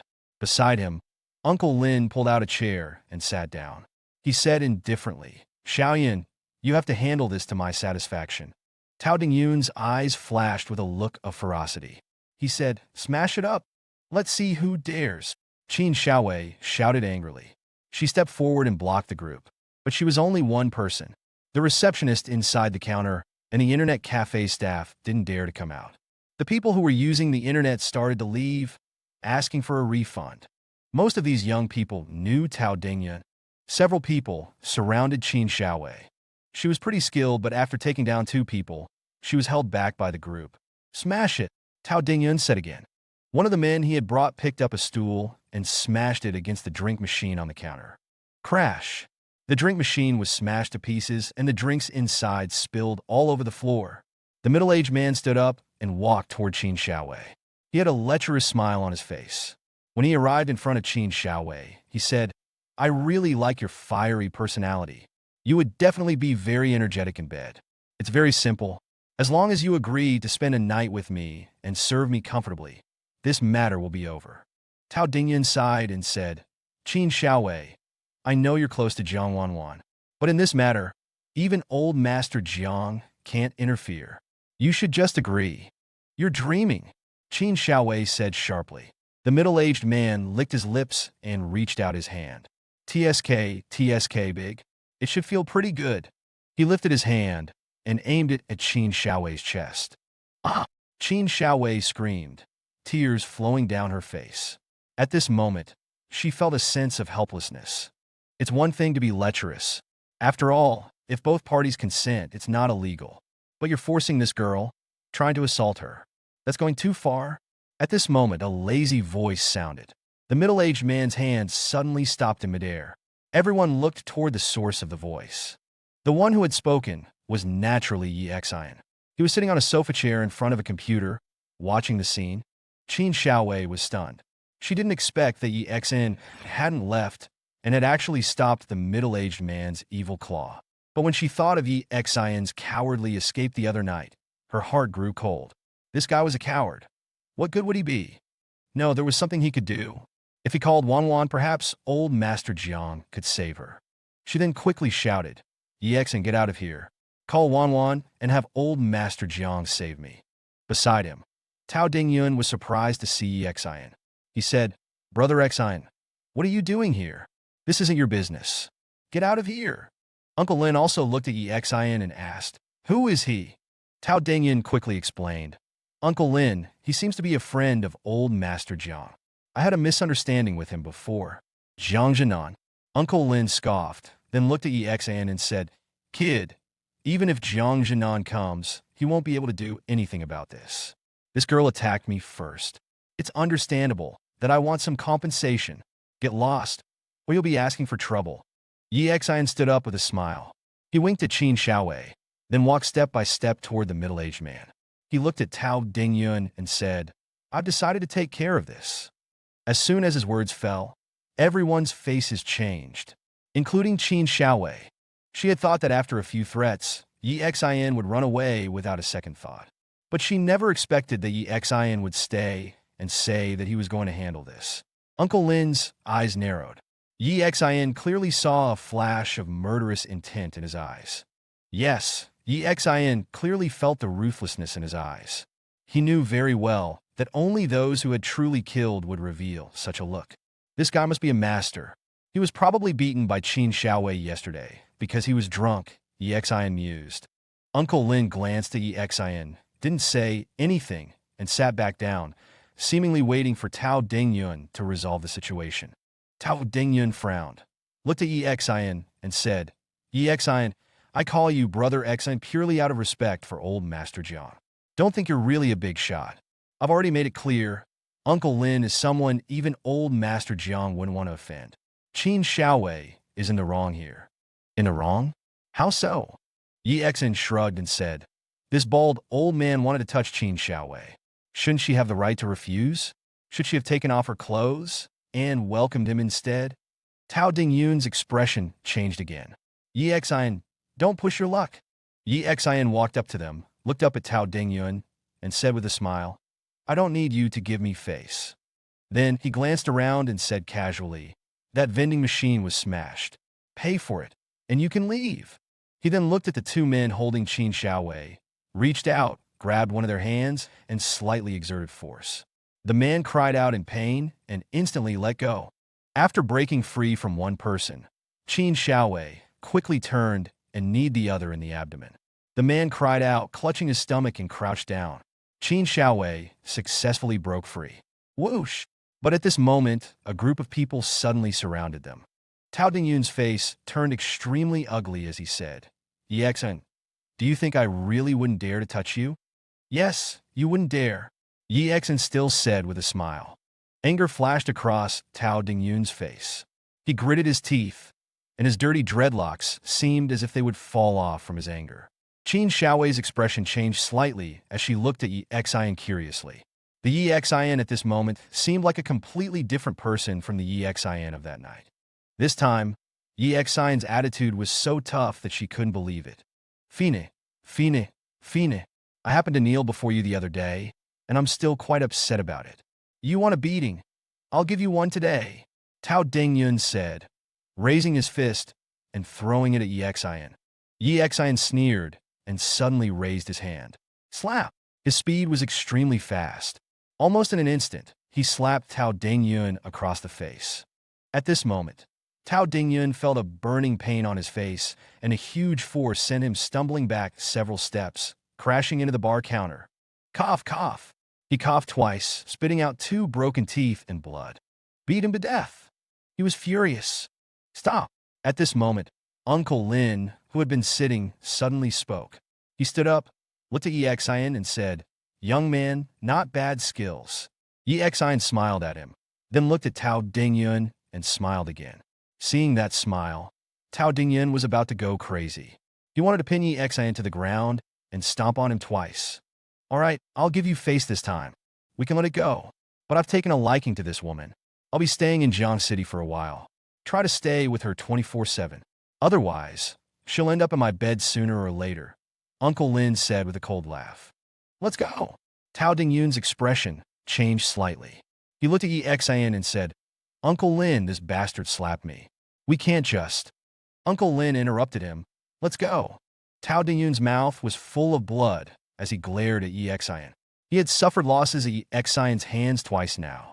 Once, he knelt before Yi Xian, and this time, he was slapped, lost 2 teeth, and his face was swollen. But since this middle-aged man had spoken, he had no choice but to grit his teeth. "Did I say you could leave?" Yi Xian suddenly spoke, his tone casual. Uncle Lin stopped in his tracks, turned around, and looked at Yi Xian. "Young man, I'm leaving now because you have decent skills. I'm already giving you a lot of face." Yi Xian touched his nose and said, "Also, you haven't paid yet." Uncle Lin exhaled, anger flashing in his eyes. He looked at Yi Xian and said, "Since you're familiar with Jiang Zhennan, you should have heard of my name. I'm Zhou Yulin." "I don't care who you are?" Yi Xian pouted.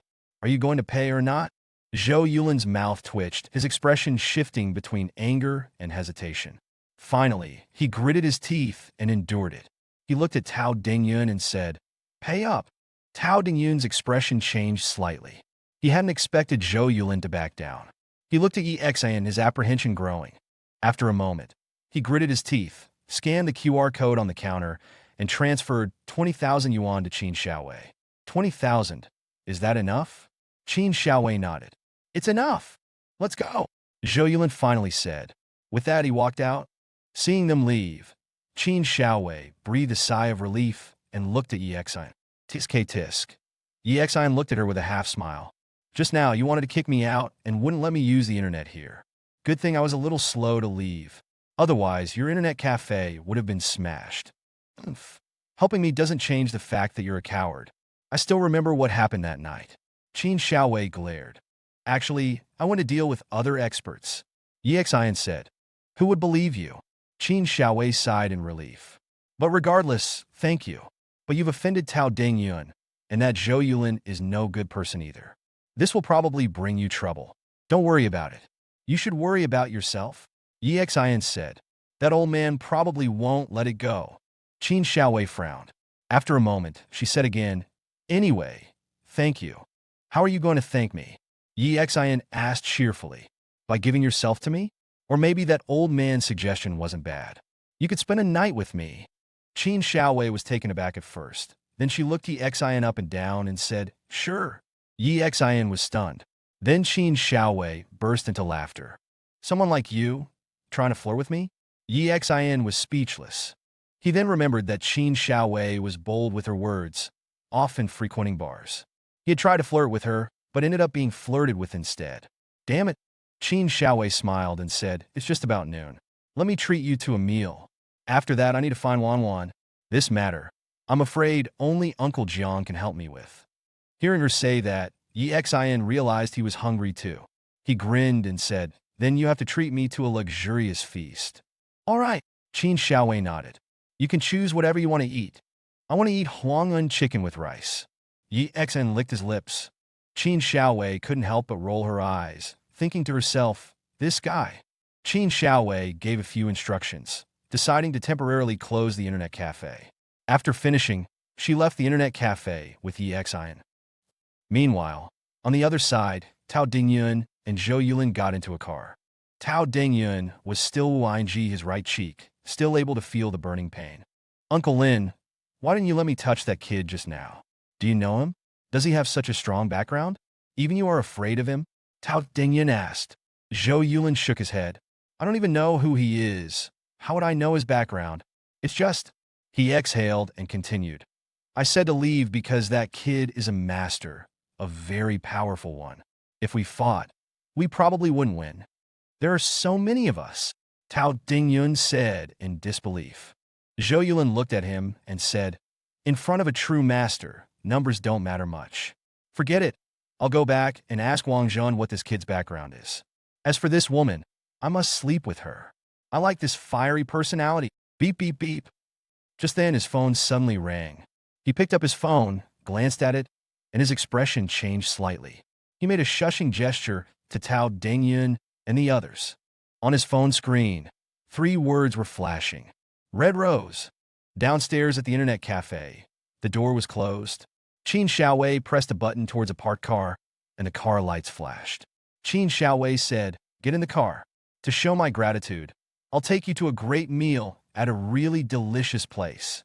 Yi Xian's eyes lit up, and he felt a surge of anticipation. The car started and drove along. Before he knew it, Yi Xian found the surrounding buildings somewhat familiar. He opened his eyes and saw that this area was actually near the Garden District. Of course, in Jiang City, apart from eating steamed buns and porridge outside for breakfast, Yi Xian almost never went to restaurants. Usually, when Lin Qingxue and her mother went out to eat, they wouldn't bring him along, thinking he was an embarrassment. Only during the New Year, when the family ate together, would he go along. Therefore, he really didn't know what delicacies were near the Garden District. Unknowingly, the car arrived at the entrance of the Garden District, and Qin Xiaowei stopped the car. Yi Xian asked in surprise, "The place you mentioned is at the entrance of this district." "No, there's something ahead," Qin Xiaowei said. Yi Xian looked towards the entrance of the Garden District. There were already some people gathered there. At the entrance, a luxurious car was parked, but in front of the car stood a beautiful woman.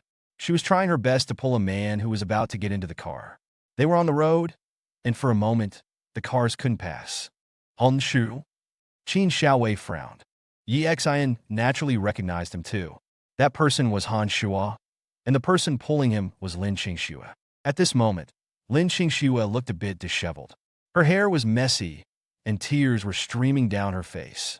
This playboy must have provoked some woman again. Qin Xiaowei frowned. Yi Xian looked at all this, his heart devoid of any emotional fluctuations. Qin Xiaowei rolled down the car window, and the sounds from outside came in. "Han Shua, you can't do this. You can't abandon me." Outside, Qin Xiaowei cried. "You pursued me first. To be with you, I divorced Yi Xian. I have nothing now. You really can't abandon me." Hearing this, Qin Xiaowei was stunned. She looked at Yi Xian and said, "She just said Yi Xian, right?" Yi Xian didn't think there was anything to deny, so he nodded and said, "Yes, that woman is my ex-wife. We just divorced a few days ago." Qin Xiaowei was surprised. She subconsciously looked at the top of Yi Xian's head. Yi Xian said speechlessly, "Stop looking, stop looking. I was cheated on, okay? But my marriage to her was an accident. Something happened before. We were married for 3 years, and I never even touched her hand." Qin Xiaowei obviously didn't believe Yi Xian's explanation. Yi Xian didn't explain further and continued to look outside. "It's true that I pursued you first. Weren't you all high and mighty and ignoring me at first? Then that day, after I came to find you in my sports car, weren't you the one being proactive?" Han Shua said while trying to break free, "If we break up, we break up. Stop pestering me, okay? I already told you, my family doesn't agree." "No, you can't dump me," Qin Xiaowei cried, holding Han Shua's arm tightly. Han Shua gritted his teeth and said, "Weren't you with me for money? I've given you a lot of bags during this time, plus the things I gave to your mother. It must be at least 100,000.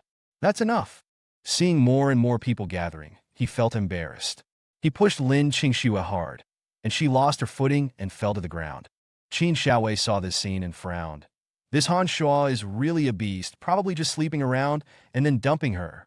Then, she looked at Yi Xian and said, "Aren't you going to do something?" Yi Xian shook his head. "It has nothing to do with me anymore. This marriage was a mistake, let alone now that we're divorced." After pushing her to the ground, Han Shua adjusted his clothes and shouted to the crowd, "What are you looking at? What are you looking at? Haven't you seen a breakup scene before?" Then he glanced at Lin Qingxue, a flicker of unwillingness in his eyes. He had only taken a little advantage of Lin Qingxue and hadn't successfully slept with her. This girl is really pitiful. Yeah, these playboys nowadays, really.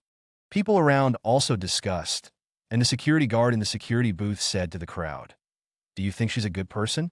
Her ex-husband also lives in our district. He's the one who comes home every night in rags, working on a construction site. Later, she found a rich man and divorced him, even kicking him out. I saw her mother berating her ex-husband at the entrance of the district several times. This kind of person, I say, deserves it."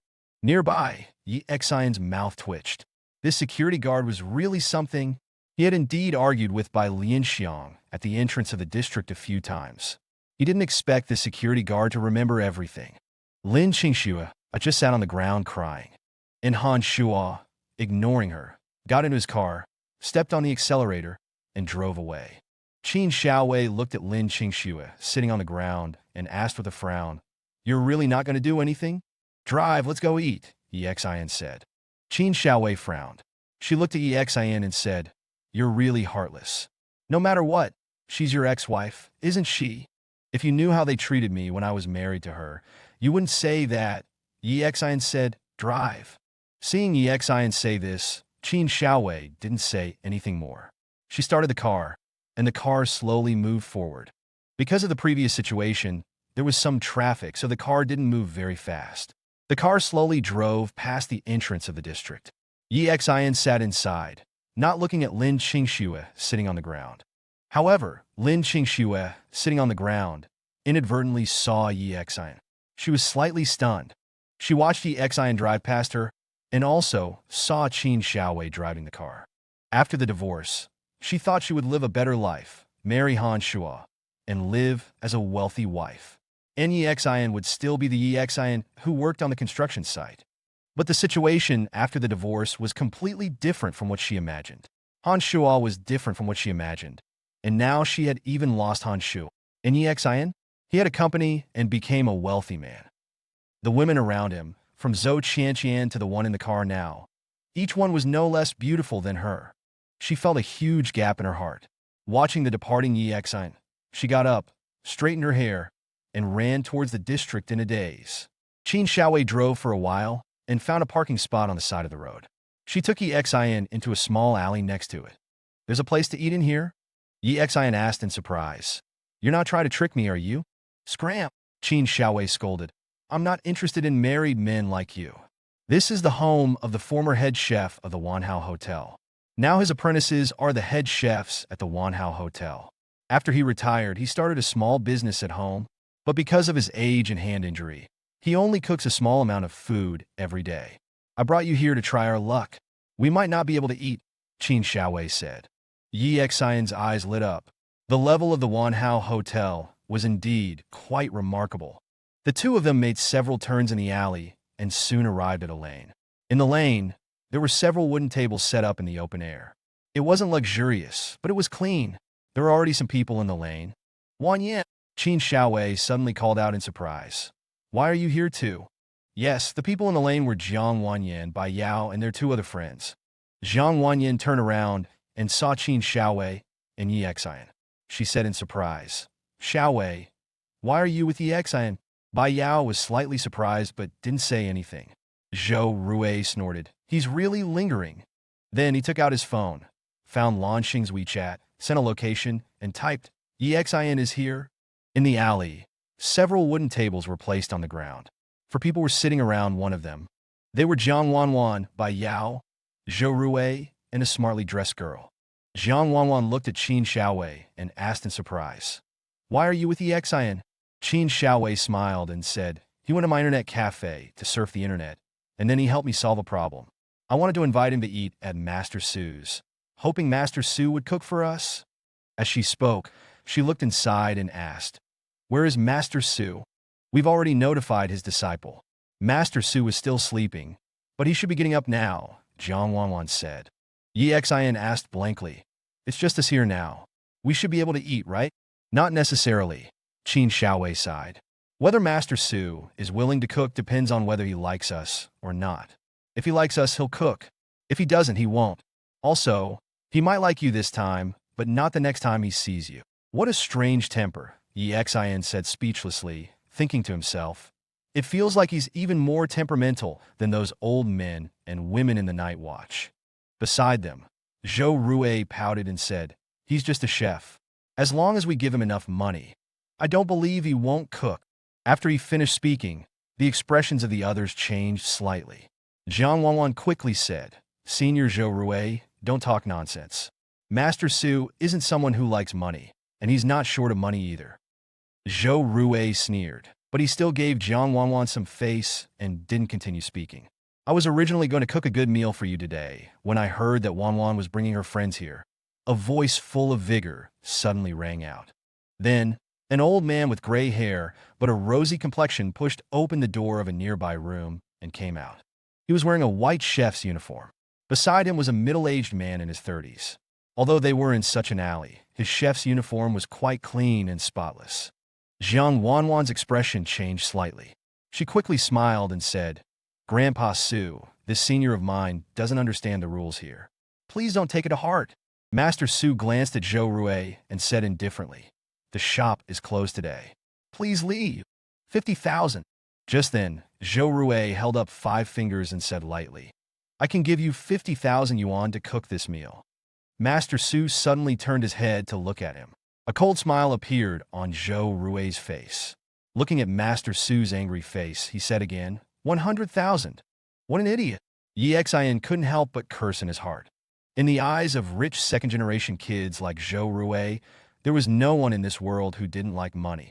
Money could solve everything, as long as you gave enough. Jiang Wanwan and Qin Xiaowei both frowned.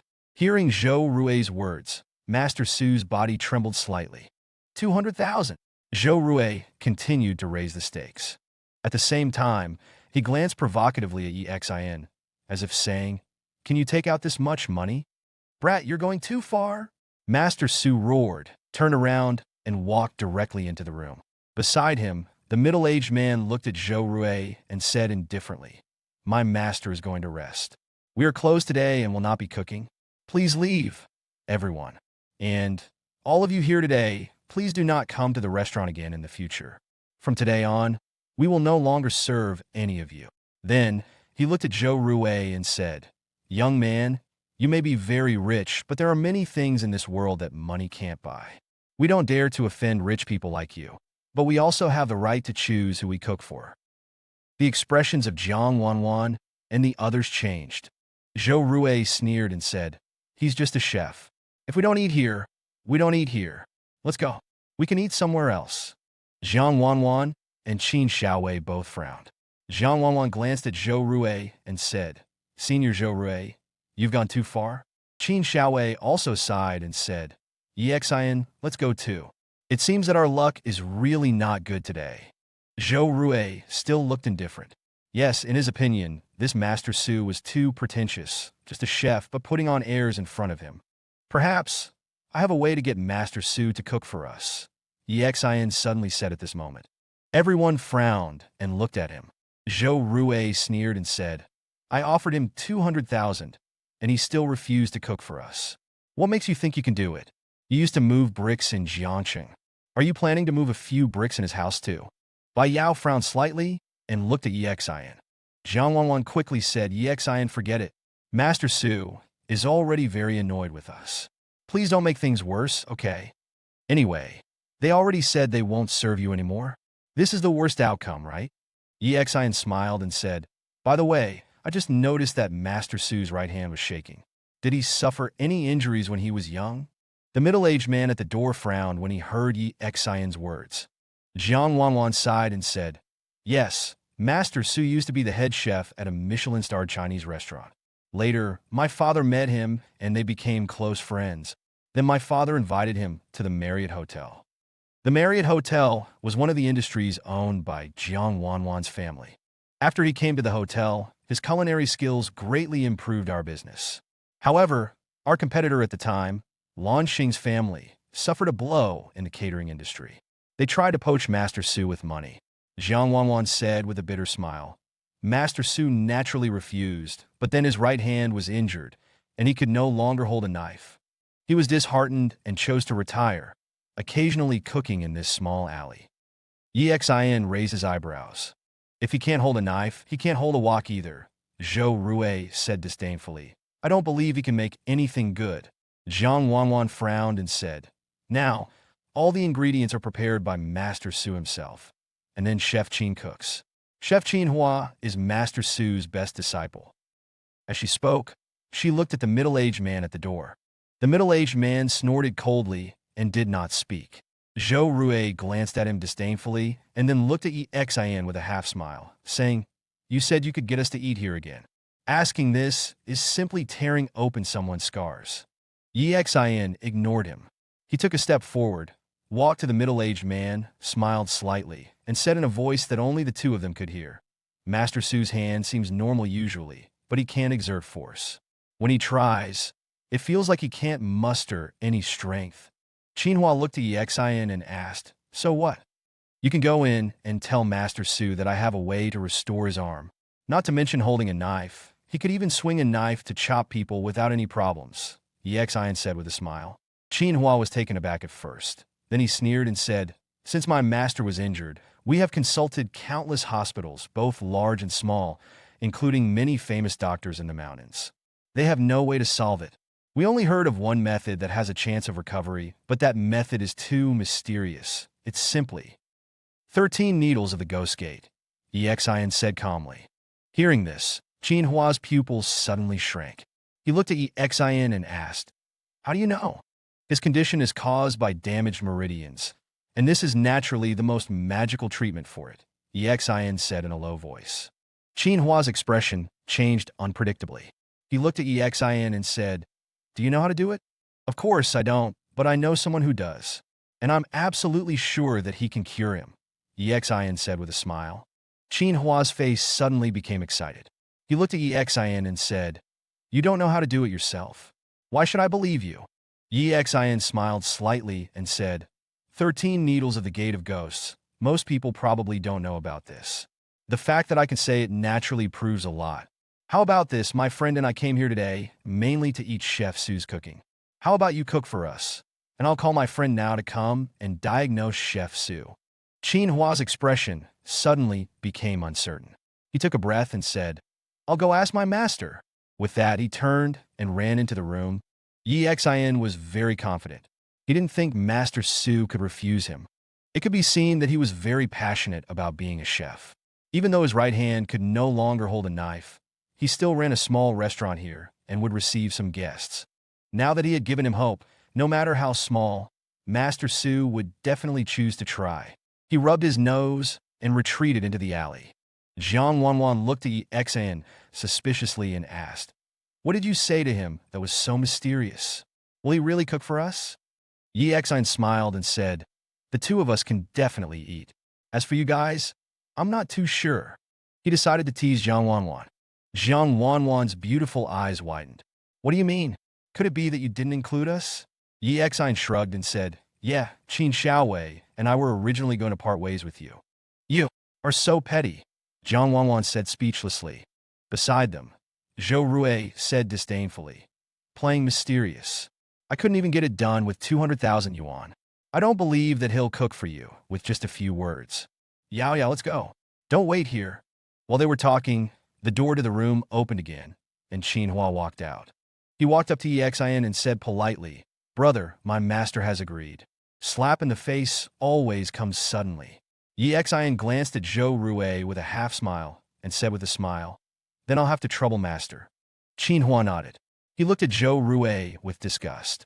If his master hadn't seen hope, he would never cook for someone like Zhou Rui. "Wait a moment, my master and I will go prepare. Also, don't forget what you promised," Qinhua said indifferently. Xin nodded and smiled. "Don't worry, no problem." Qinhua nodded, then turned and entered the room again. As for Master Su, he didn't show himself. After seeing them leave, Jiang Wanwan jumped out and said, "Xin, how did you do it? Master Su is really willing to cook for us. I just told Master Su that I know a doctor who can heal his hand," Xin said with a smile.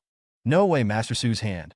He's visited almost all the major hospitals and famous doctors at home and abroad, and none of them could cure him," Jiang Wanwan asked in surprise. "You actually know such a doctor?" Zhou Rui squeezed in and said, "Lie, of course. Get the meal first, then run away. Someone who's been in prison for a few years and then works on a construction site knows a famous doctor? What a joke. But then again, you've been in prison for a few years. This kind of trickery must be second nature to you. If you think I got it by lying, then don't eat it later," Xin said, looking at him with a slight smile. Zhou Rui was taken aback, then sneered, thinking to himself, laugh all you want. After the person Lan Xing invited arrives, I'll see if you're still laughing." He didn't say anything more, just thinking about how to expose Xin's lies later. Xin ignored him. He walked to the side, took out his phone, found Zhiqiu, and called her. Yes, the person he knew was naturally Zhiqiu, one of the best doctors in the world. Soon, the other end of the phone picked up. Zhiqiu was obviously still sleeping. Hearing Xin's words, she said in a daze, "Hello, I'm sleeping. What are you doing?" Xin coughed dryly and said, "Well, Qiyu, come over here. I have a patient here that only you in the whole world can cure. Wait until I wake up, Qiyu said. Don't. Saving a life is more meritorious than building a 7-story pagoda, Xin hurriedly said. Qiyu clearly struggled for a while on the other end before she sat up and said, Give me the address. Xin breathed a sigh of relief, hung up the phone, sent the address to Qiyu on WeChat, and sat down. Bai Yao and the others heard the content of his call. They looked at Xin in surprise, and Jiang Wanwan hesitated. You really know a great doctor? Yes, the best doctor in the world, bar none, Xin said lightly. Zhou Rue smiled disdainfully. He didn't believe that Xin could really invite anyone. At this time, a burst of fragrance began to spread in the alley. Just smelling the fragrance was enough to make people's appetites increase. Xin couldn't help but look forward to it. After about 10 minutes, Qiyu appeared at the entrance of the alley in a white coat and carrying a medicine bag. The moment she appeared, everyone in the alley, regardless of gender, couldn't help but show a look of amazement in their eyes. Zhou Rue, who was beside them, looked at Qiyu and couldn't help but swallow. Qin Xiaowei looked at the medicine bag on Qiyu's body and swallowed, asking, Is this the doctor you invited? At this time, Qiyu had already walked over. She ignored everyone else, looked at Xin, and said lightly, Where's the patient? I'll take you there, Xin said. With that, he stood up, glanced at the others, and led Xin towards the room. In the back kitchen, Master Su and Qin Hua were busy. After Xin briefly introduced them, Qiyu took Master Su's hand and looked at it. After a while, she nodded and said, Indeed, the 13 needles of the Gate of Ghosts can cure it. With that, she exhaled and said, Arrange a quiet room. I'll give you the acupuncture now. When Master Su heard Qiyu's words, his whole body couldn't help but tremble. Qin Hua looked at Qiyu with some concern and asked, Are you really sure? Xin said lightly, When the Gate of Ghosts needle appears, even the king of hell makes way. In this world, the only one who knows the 13 needles of the Gate of Ghosts is Dr. Zhou in front of you, Qin Hua said with ecstasy. All right, I'll arrange a quiet room for you right now. Master Su said, I'll take Dr. Zhou there.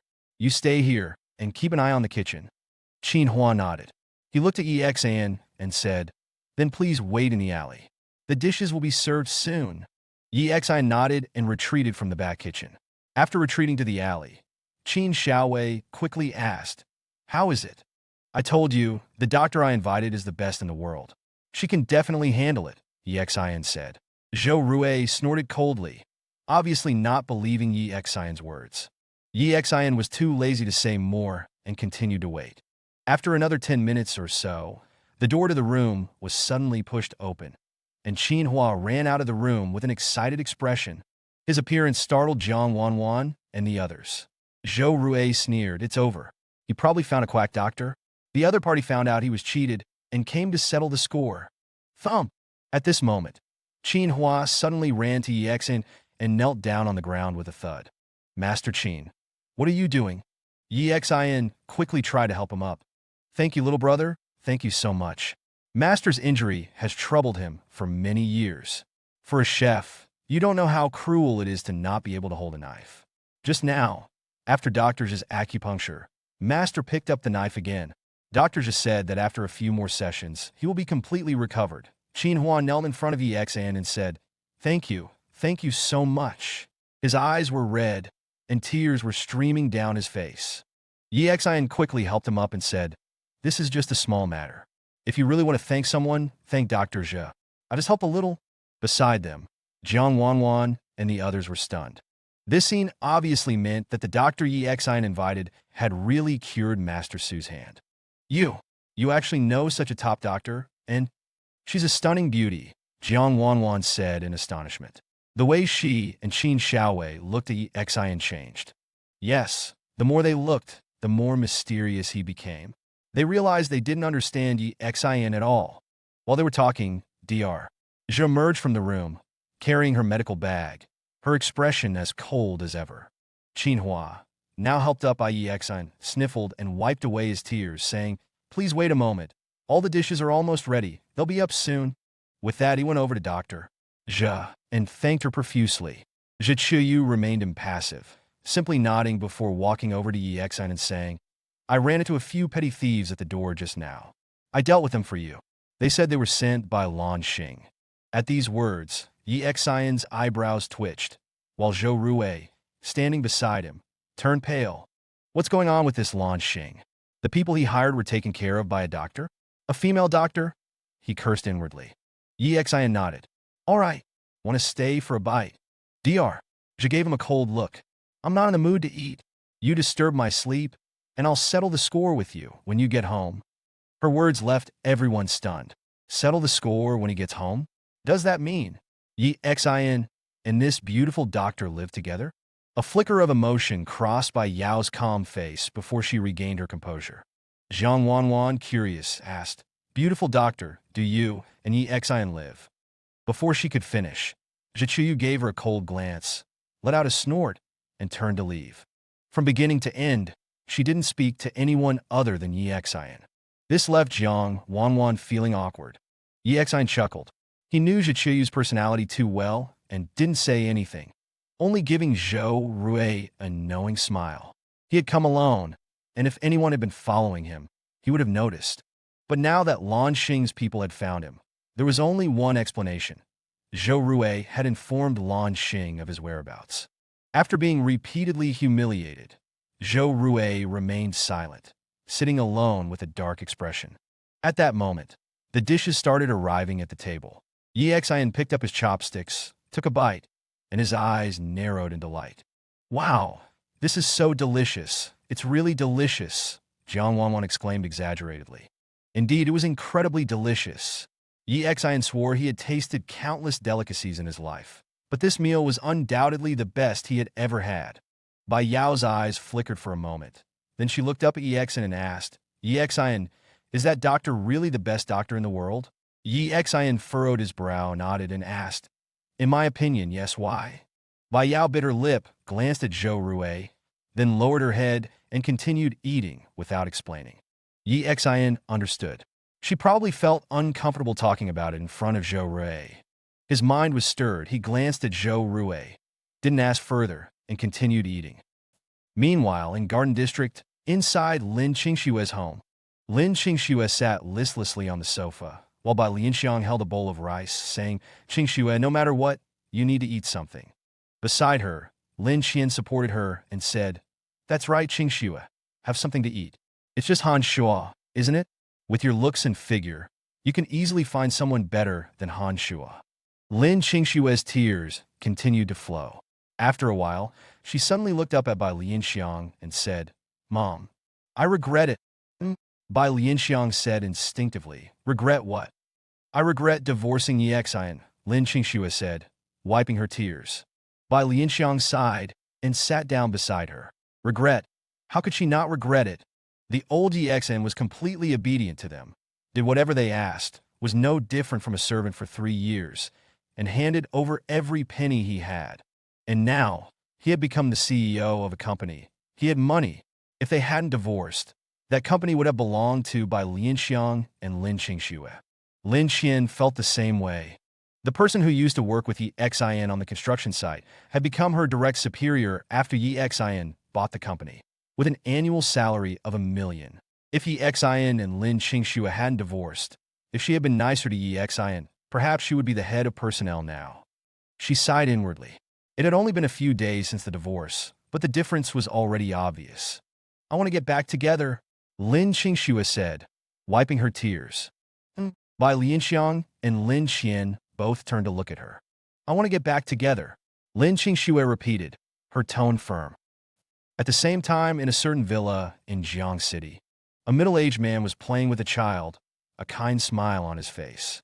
But anyone who knew him would know that this man was not kind at all. In Jiang City, his name was well known. He was the man behind the Mingmei bar, Tao Dingyun's uncle, Wang Zhen. Ding dong! Ding dong! The doorbell suddenly rang, and the nanny quickly opened the door. Tao Dingyun and Zhou Yulin were standing at the door.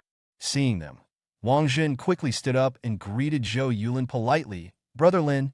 Zhou Yulin sneered.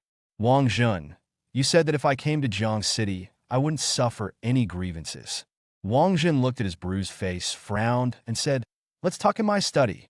In the study, Tao Dingyun recounted the whole incident, gnashing his teeth and saying, "Uncle, we can't let this go.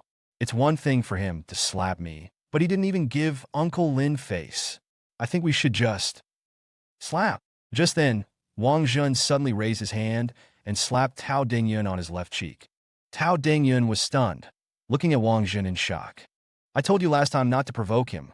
Not to provoke him. It was hard enough to get him to let it go, and you went looking for him again. Are you deaf?" Wang Jun roared in anger. Beside him, Zhou Yulin frowned and said, "Wang Jun, I don't think your nephew did anything wrong. That kid is just someone by Jiang Zhennan's side. What's there to be afraid of? I'll go talk to Jiang Zhennan." He looked at Wang Jun. "You've really gone downhill. Now you're scared of a brat." He reached out his hand, revealing a small tattoo on his arm.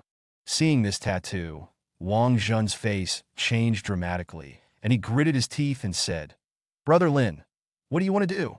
Zhou Yulin grinned. "I want that woman, and I want that kid to kneel before me and watch me have fun with that woman." On the other side, amidst a somewhat strange atmosphere, the dinner was slowly coming to an end. At the table, Jiang Wanwan and Qin Xiaowei were full of curiosity, constantly sizing up Yi Xian. The appearance of Zhichin Yu once again made Yi Xian even more mysterious in their hearts. In Jiang Wanwan's view, was her father's rescue because he had some kind of illness and Yi Xian introduced him to a doctor? And in Qin Xiaowei's eyes, Yi Xian was too strange. He was too cowardly before, but he was extremely tough when he encountered trouble at the internet cafe. He had just gotten divorced and was now living with a doctor who was beautiful to the extreme. This was simply too strange of a person. Zhou Rui lowered his head.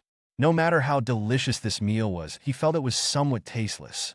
He couldn't handle Master Su, but Yi Xian did. He felt quite upset. As for Bai Yao and Chen Yining, they were relatively quiet, eating in small bites.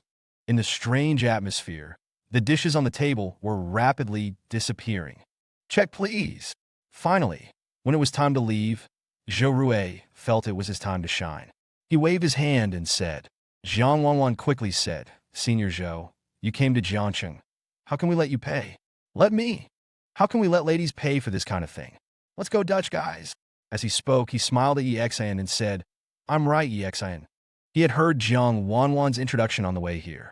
Although Master Su didn't cook many dishes due to his hand injury, the price was actually quite expensive. The average cost per person for a meal would be 2,000 to 3,000, and the total cost for a meal would be at least 10,000 upwards. This price was not much different from the top floor of the Marriott Hotel. Of course, judging from the taste, it was worth the money, but he knew that Yi Xian's salary was definitely not high. Perhaps he could afford this amount, but it would definitely hurt him financially. Yi Xian curled his lips and ignored him. Seeing Yi Xian's silence, Zhou Rui became even more smug. He smiled sinisterly and said, "Oh, my bad, my bad. I forgot that you are no longer a member of the Yi family. You are now just working on a construction site. It is indeed a bit difficult for you to pay half of the money. I'll pay for this meal." Then he looked at Yi Xian and said, "Speaking of which, Yi Xian, it's too tiring for you to work on a construction site. How about I introduce you to a job? Come back to Linhai with us this time. Our family has some influence in Linhai. It's no problem to introduce you to a job. Of course, because you have been in prison, I definitely can't introduce you to any decent job." Zhou Rui said with a smile. "How about you come to my company to be a security guard or a cleaner? Of course, I won't shortchange you. 20,000 a month, which should be much higher than your salary on the construction site, right?" Zhou Rui's words made everyone else frown slightly. No matter what, this meal was only possible because of Yi Xian's efforts. They all knew that Zhou Rui was saying this at this time purely to disgust Yi Xian. It was impossible for Yi Xian to go work for him. Yi Xian raised his eyes to look at Zhou Rui and said indifferently, "Did I ever say that I wanted you to introduce me to a job?" Zhou Rui frowned and said, "I was just being kind. If you don't want it, then forget it. Waiter, come and settle the bill. How much is it?" At this time, Qinhua walked out. He said politely to Yi Xian, "My master said to thank young brother Yi Xian for his help. This meal is on the house. If young brother Yi Xian wants to eat in the future, you can come anytime, permanently free of charge." Hearing this, Jiang Wanwan and Qin Xiaowei's eyes showed envy. Jiang Wanwan quickly said, Yi Xian, you must bring me next time you come. Yi Xian smiled, stood up, and said, then I thank Master Qin and Master Su. After a few polite words, the group walked out of the alley. Jiang Wanwan asked, we plan to go to Yuxiang Mountain. Do you want to join us? Yuxiang Mountain was another tourist attraction in Jiangxing. I'm fine with anything. I have nothing to do in the afternoon anyway, Qin Xiaowei said, and then they looked at Yi Xian. Zhou Rui frowned. Obviously, he didn't want to bring Yi Xian along. I have something to do in the afternoon. Yi Xian said, I won't go. Zhou Rui breathed a slight sigh of relief and thought to himself, good that you're sensible. Yi Xian thought for a moment and whispered in Qin Xiaowei's ear, be careful when you go out to play. He meant two things by be careful. One was that the people from the Red Lotus might make a move on Jiang Wanwan, and the other was that Tao Dingyun and Zhou Yulin might look for trouble with Qin Xiaowei again. Of course, the Night Watch was definitely sending people to guard Jiang Wanwan in secret. Qin Xiaowei was relatively safe with Jiang Wanwan and the others. After they left, Yi Xian strolled back home. Just as he reached the entrance of the residential area, Yi Xian's phone rang. He picked up his phone and saw that it was Lin Qingxue calling. He was amused. Lin Qingxue was actually calling him at this time. He had seen the scene at the entrance of the residential area clearly just now. He smiled, then answered the phone and said calmly, hello. Yi Xian. Lin Qingxue's voice was a little choked up on the other end of the phone. Where are you? Let's meet up. There's nothing to meet about. Didn't I tell you last time? I will no longer have any contact with your family. Your uncle saved my life, and I took care of you for 3 years and gave you a house. We are even. Yi Xian said indifferently. No, I have something I want to talk to you about. Lin Qingxue's voice was still a little choked up. I'm already out now. Let's meet somewhere. How about the coffee shop at the entrance of the residential area? There's nothing to talk about, Yi Xian said. With that, he hung up the phone. Then he turned and walked into the residential area. Just as he turned around, he saw Lin Qingxue walking out of the entrance. Her eyes were red, and she also saw Yi Xian, and then she quickly ran over. Yi Xian frowned, looked at Lin Qingxue, who was coming over, and said, if you have something to say, just say it here. After you're done, let's not meet again, and let's not contact each other anymore. Lin Qingxue pursed her lips and said, Yi Xian, I broke up with Han Shuai, he's a scumbag. Yi Xian laughed and said, actually, you and your mother are pretty much the same. It's a pity that you broke up, and now you'll go and harm other people. Lin Qingxue was stunned for a moment, then lowered her head and said, I know, you must hate us. You only know how to cherish something after you lose it. In these 3 years, my mother, my family, and I have all been too harsh on you. Speaking of this, she pursed her lips, looked up and asked, Yi Xian, after the divorce, you still appeared around me, and even rented a house in the Garden District just to be closer to me, right? You must still like me, right? Yi Xian almost fainted. I'm living in the Garden District purely by coincidence. It's just that Jachinyu and the others rented a house here, okay? You're overthinking. Yi Xian curled his lips. Lin Qingxue bit her lip again and said, Yi Xian, let's remarry. I will definitely be good to you this time, and I won't overthink things anymore. We will live a good married life. As long as you are willing, I can give myself to you tonight. Didn't you always say that we were married for 3 years, but you never even touched my hand? You can do whatever you want tonight. Let's have a child together. Stop. Yi Xian quickly waved his hand. At this moment, Lin Qingxue's tears suddenly flowed down. She looked at Yi Xian and said, Yi Xian, I really have nothing left. Are you going to abandon me too? At the entrance of the Garden District, Lin Qingxue's hair was a bit messy, and there were tear stains on her face. She looked at Yi Xian with a pitiful expression. Just a few days ago, when facing Yi Xian, she still had that aloof and disdainful look. In just a few days, her attitude had changed drastically. This was reality. I have nothing left now. Are you going to abandon me too? Lin Qingxue looked at Yi Xian and said in a pleading tone. Yi Xian got goosebumps. It would have been fine if these words came from other girls, but coming from Lin Qingxue, he felt uncomfortable all over. Stop it, okay? Yi Xian said calmly. Our marriage was a mistake to begin with. I lost my memory back then, to repay the debt of gratitude. And because you couldn't go against your father's wishes, we got married. Moreover, it was only a marriage in name. Yes, their marriage was a mistake. If Yi Xian hadn't lost his memory, he would never have fallen for a shallow and materialistic girl like Ling Qingxue. If Lin Qingxue and Bai Lianxiang had been like ordinary women during these 3 years, it might have been fine. But this mother and daughter were truly hard to describe. Secondly, I think you know how you treated me during these 3 years. The debt of gratitude I owed has been more or less repaid during this time. From the moment I signed the divorce papers, we were completely over, Yang Hao said lightly. Thirdly, although our marriage was only in name, from the outcome, you cheated on me, I haven't taken revenge on you, which is already the limit of what I can bear. You can't just come back to me after you found out I'm rich and Han Shuo dumped you. I haven't fallen so low as to be a backup for a woman, especially a woman like you. Yi Xian's tone was very calm. His words weren't harsh, but they were the truth. Lin Qingxue cried and said, I know, I didn't know how to cherish. I was greedy. I really know I was wrong. Can you give me another chance? Yi Xian said lightly, I'll leave the house to you. There's no possibility between us. That's all I have to say. Take care of yourself. I've made things clear today, and we'll draw a line from now on. I won't interfere in your lives, and you shouldn't come looking for me, especially your mother. If she comes to my company and makes trouble again, don't blame me for being impolite. He knew Bai Lianxiang too well. Now that Han Shuo had abandoned Ling Qingxue, and they had no source of income, Bai Lianxiang would definitely come to the company to make trouble for the sake of property or for them to remarry. Lin Qingxue was stunned. She, Bai Lianxiang, and Lin Qian had calculated that Yi Xian must still like her. But Yi Xian's current behavior was too resolute. At the same time, she said with a bitter smile in her heart, That's right, every woman around him now is no less beautiful than me. He's also rich now, and he can definitely find a woman better than me. He definitely doesn't look up to me anymore. Yi Xian didn't bother with her anymore. He felt that he had said enough. He no longer wanted to have any contact with his family. He ignored Lin Qingxue and turned back to the community. Lin Qingxue stood blankly at the entrance of the community, looking at Yi Xian's back. She felt a little dazed.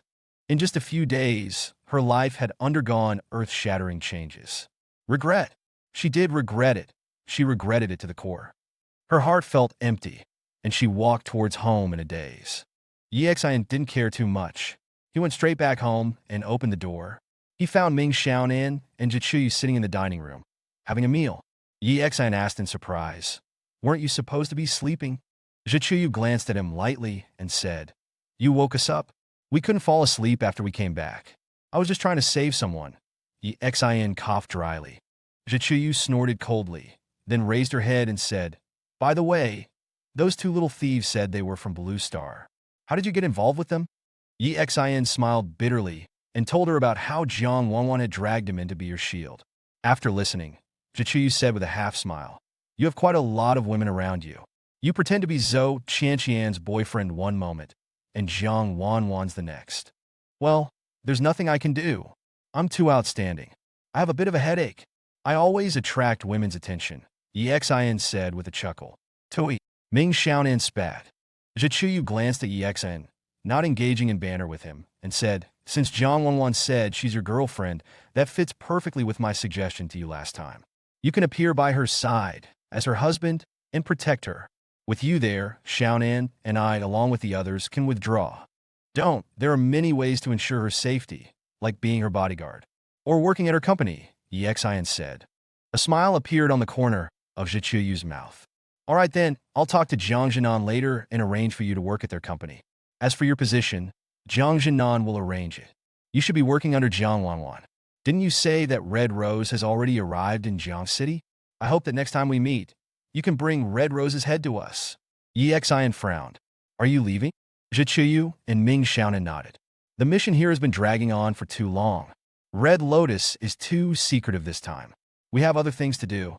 Since you've recovered now and are operating in the dark, you alone are completely sufficient here. As she said this, she pondered for a moment and continued. In short, try not to expose your identity. Keep this card. It will be a trump card. Yi Xian frowned, then exhaled. All right. Zhichuyu looked at Yi Xian and frowned. Also, be careful this time. Don't lose yourself again. Also, didn't you plan to go to Linhai to resolve some past matters? Oh? Yi Xian nodded. I do have that plan. The only thing left to do in Jiang City is Jiang Wanwan's mission. If everything goes well, I'll head over there once it's done. All right, when you get there, try to find out number two's whereabouts, Zhiqiu said, looking up. Yi Xian's heart stirred slightly.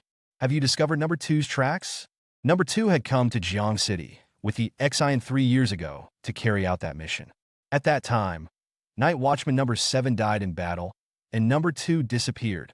Yi Xian lost his memory. Zhiqiu shook her head. Just some clues. We just received news that 2 bodies were found in Linhai. Judging from the method, it was number 2's doing. Yi Xian asked in surprise. Ordinary people? I don't know, Zhiqiu said. Anyway, when you get to Linhai, check it out if you have time. Number 2 has only ever trusted you. Yi Xian exhaled. I understand. Zhiqiu thought for a moment and added, by the way, to save you some trouble, I'll take care of Blue Star for you. How will you take care of it? Yi Xian asked in surprise. By making their family go bankrupt, Zhiqiu said calmly. Yi Xian was speechless.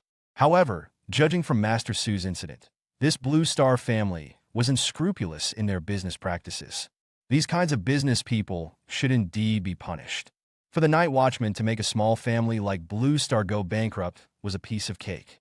With that, Zhiqiu put down her chopsticks, stood up, looked at the time, and said, their car should be arriving soon. You'll have to clean up this stuff later. Xiaonan and I have to go. Yi Xian nodded. I'll see you off. Ming Xiaonan was taken aback, and then a look of embarrassment appeared on her face. You'd better not see us off. Why? Yi Xian asked in surprise. Ming Xiaonan pursed her lips and said, it's the current number 0 of the Night Watchman who's coming to pick us up. Yi Xian's eyes narrowed slightly. The Night's Watch, this mysterious organization of Huaxia, they possess fighting strength that surpasses ordinary people. And Night's Watch's 0 represents the strongest fighting force of this organization. Yi Xian joined the Night's Watch at the age of 18 and became Night's Watch's 0 at 21. From then on, the position of 0 had never been taken by anyone else until he lost his memory, disappeared. But the position of 0 cannot remain vacant. Naturally, someone else will take over. Yi Xian is currently not enlisted, and his combat power has not been reassessed, so the position of 0 has fallen to someone else. Now, this new 0 has arrived at the Garden District to escort Zhiqiu, Ming Xiaonan, and a series of Night's Watch members from Jiang City away. Speaking of this, Ming Xiaonan's face revealed a trace of embarrassment as she said, in the 3 years you were gone, the position of 0 couldn't be left vacant. We couldn't keep it for you. Yi Xian smiled and ruffled her hair, saying, what are you thinking? I don't care about this title that much, and if it's mine, I will definitely take it back myself, but... Speaking of this, his expression shifted. You guys are evacuating Jiang City this time, and even mobilize 0. It must be to carry out a rather difficult mission. Mobilizing 0 isn't enough. You also have to bring doctors. Dr. Zhe raised her eyes and glanced at him, without speaking. All right, I won't ask. In short, be careful. If there is any danger, contact me immediately. I will definitely rush over at once. Yi Xian looked at Zhiqiu and said seriously. Zhiqiu exhaled. You too. All the Night's Watch members in Jiang City will be evacuated. You're the only one left. Be careful. Yi Xian grinned coldly. I'd love for all the Red Lotus people to come, so I can deal with them all at once. These scumbags. Zhiqiu knew Yi Xian's level and didn't say anything more. She returned to her room, dragged out a suitcase, and said, then let's go. Yi Xian exhaled and also got up to go downstairs. At the entrance of the Garden District, several cars were parked in a row. At the front was a silver-white Land Rover SUV. There stood a young man with a crew cut, wearing a cheap black vest, beach shorts, and flip-flops. He looked to be around 24 or 25, with dark skin and not very tall. If it were any other time, at first glance, one would think this person was a frivolous idiot. But when he leaned against the huge and luxurious Land Rover, everyone's gaze towards him changed. This person is the current 0 of the Night's Watch. Lu Yang. He stood at the entrance, waiting quietly, a hint of anticipation in his eyes. In the Garden District, Yi Xian was dragging the 2 large suitcases of Zhiqiu and Ming Xiaonan out. He said in surprise, you said this new 0 has only been in the Night's Watch for 3 years? Not even 3 years, Ming Xiaonan said. He arrived when you hadn't disappeared yet. but you probably never met. Like you, he rose quickly, and now he has become the Night's Watch's zero. His rise was even faster than yours. Exin nodded. To become zero of the Night's Watch in less than 3 years, this speed was indeed a bit faster than his. It actually took him 3 years and 17 days to become zero. Interesting. Exin's lips curled up. Soon, they reached the entrance of the garden district. At the entrance, Lu Yang quickly came up to them. He ignored Jiang and Ming Xiaonan, walked directly to Exin, and stared at him. You were Exin? Exin nodded. You were Lu Yang, right? The current zero. A look of arrogance flashed across Lu Yang's face. That's me. Exin looked him up and down, feeling secretly surprised. This person really doesn't look like an expert. His attire was even more difficult to describe than his own. Too bad, if there weren't so many people here, I would really like to fight you, Lu Yang said. Although I became zero, there are still many people in the Night's Watch who don't think I'm your match. I think I should let them know that the Night's Watch now is under my control. Exin's eyebrows twitched slightly upon hearing this. He then rubbed his nose and said, Actually, they're not wrong. You really can't beat me. Is that so? Lu Yang's face showed an eagerness to try. Are you going to tear down this entrance? Jiang glared, then looked at Exin and said, All right, you go back, we're leaving. Remember what you promised me. Don't let anything happen in Jiang City. Exin nodded. Lu Yang, however, pouted and said, What a pity. Next time we meet, I will definitely beat you to a pulp. Next time we meet, you'll probably be demoted to number 1. Exin sighed. Jiang felt that if they continued talking, they would really start fighting at the entrance. She quickly dragged her suitcase towards the car. Lu Yang took a deep look at Exin, then returned to his car. The car started, and a group of 4 or 5 cars slowly drove away, leaving Jiang City. Watching the cars leave, Exin also headed home. As soon as he got home, Jiang Zhennan's call came in. Hello. Exin answered the phone. Hello, Exin? Dr. Zhe's already called me and explained. Jiang Zhennan said politely. This time, I'll have to trouble you again. It's just what I should do, Exin said with a smile. I've arranged a position for you as the assistant to the vice president. Now Wanwan is the vice president of our group, but she doesn't handle anything, so it's just an idle position for you, Jiang Zhennan said. As for salary, how much do you think is appropriate? How about 5% of the company's shares? Exin didn't refuse. He couldn't protect them for free, and the Night's Watch didn't have strict requirements. After all, the members of the Night's Watch also had to take care of their own families. In the course of his previous missions, Exin had his own shares in many large companies. 5% of the shares was not a lot, but it wasn't a small amount either. No problem, Exin nodded.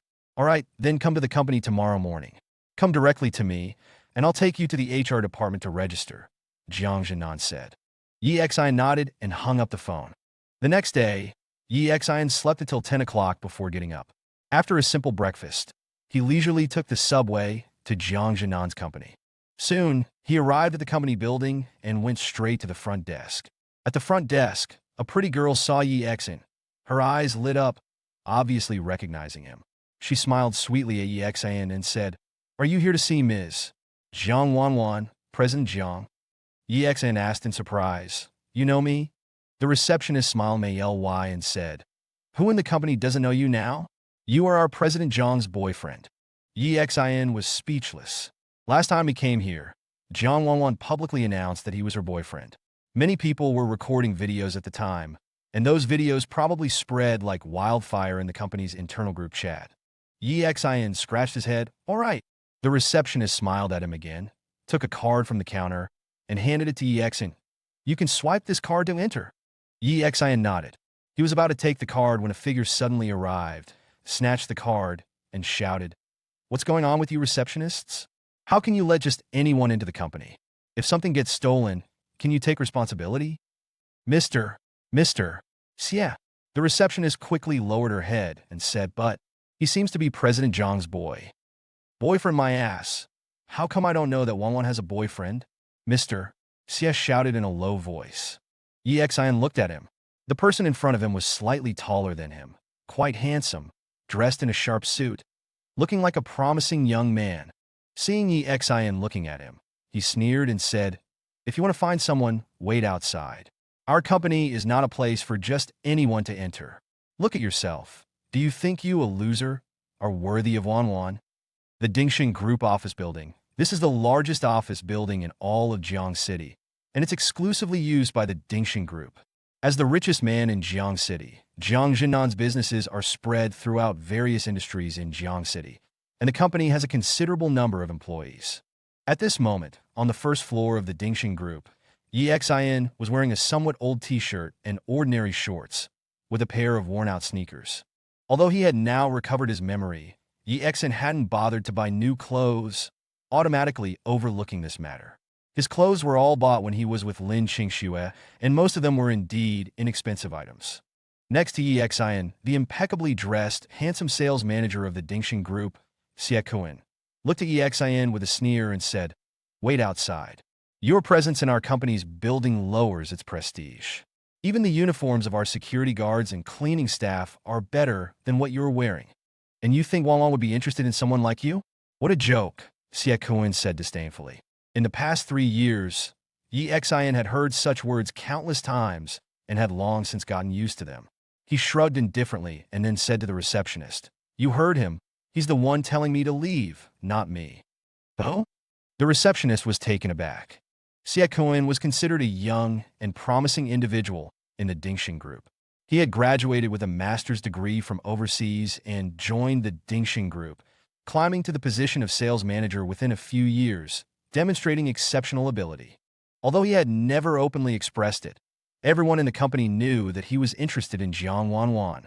The rumors of Yi Xin and Jiang Wanwan had made him very unhappy. So when Yi Xin appeared, he displayed a strong hostility. Xie Kuan thought Yi Xin was scared and didn't even dare to refute him directly. He sneered, "I said it, so what? Get out now." Yi Xin took out his phone, found Jiang Zhennan's number, and dialed it. Xie Kuan's brow furrowed, and he then sneered, "Even if Wanwan were here, you wouldn't be allowed to step into the company today." Yi Xin ignored him. His call was quickly answered, and Jiang Zhennan's voice came through. "Hello, Yi Xin. Are you here? Just ask the receptionist for a card to come in. This job can't be done." Yi Xin sighed. "There's a jerk downstairs who says my clothes are too shabby and it affects your company's image. He wants to kick me out. I haven't woken up properly anyway, so I'll just go home and sleep." "What?" Jiang Zhennan quickly said. "Yi Xin, don't be angry. I'll come down right away and handle this." Of course, he knew about the existence of the night watch and that he was being targeted. Previously, Jiang had told him that the night watch had withdrawn, and Jiang Wanwan's safety almost entirely depended on Yi Xin. Although he had arranged some bodyguards for Jiang Wanwan, he knew that compared to Yi Xin, the bodyguards he hired were far inferior. Now someone had actually provoked Yi Xin. What if Yi Xin really quit? What would happen if something happened to Jiang Wanwan? Thinking of this, he was furious and said again, "Wait a moment, I'm already at the elevator." Yi Xin smiled and said, "All right, I'll wait for you." With that, he hung up the phone and looked at Xie Kuan with a smile. Xie Kuan sneered, "Finish the call? So what?" I said, "Even if Jiang Wanwan were here, you wouldn't be allowed to enter this building." Yi Xin smiled at him and walked over to a sofa in the lobby to sit down.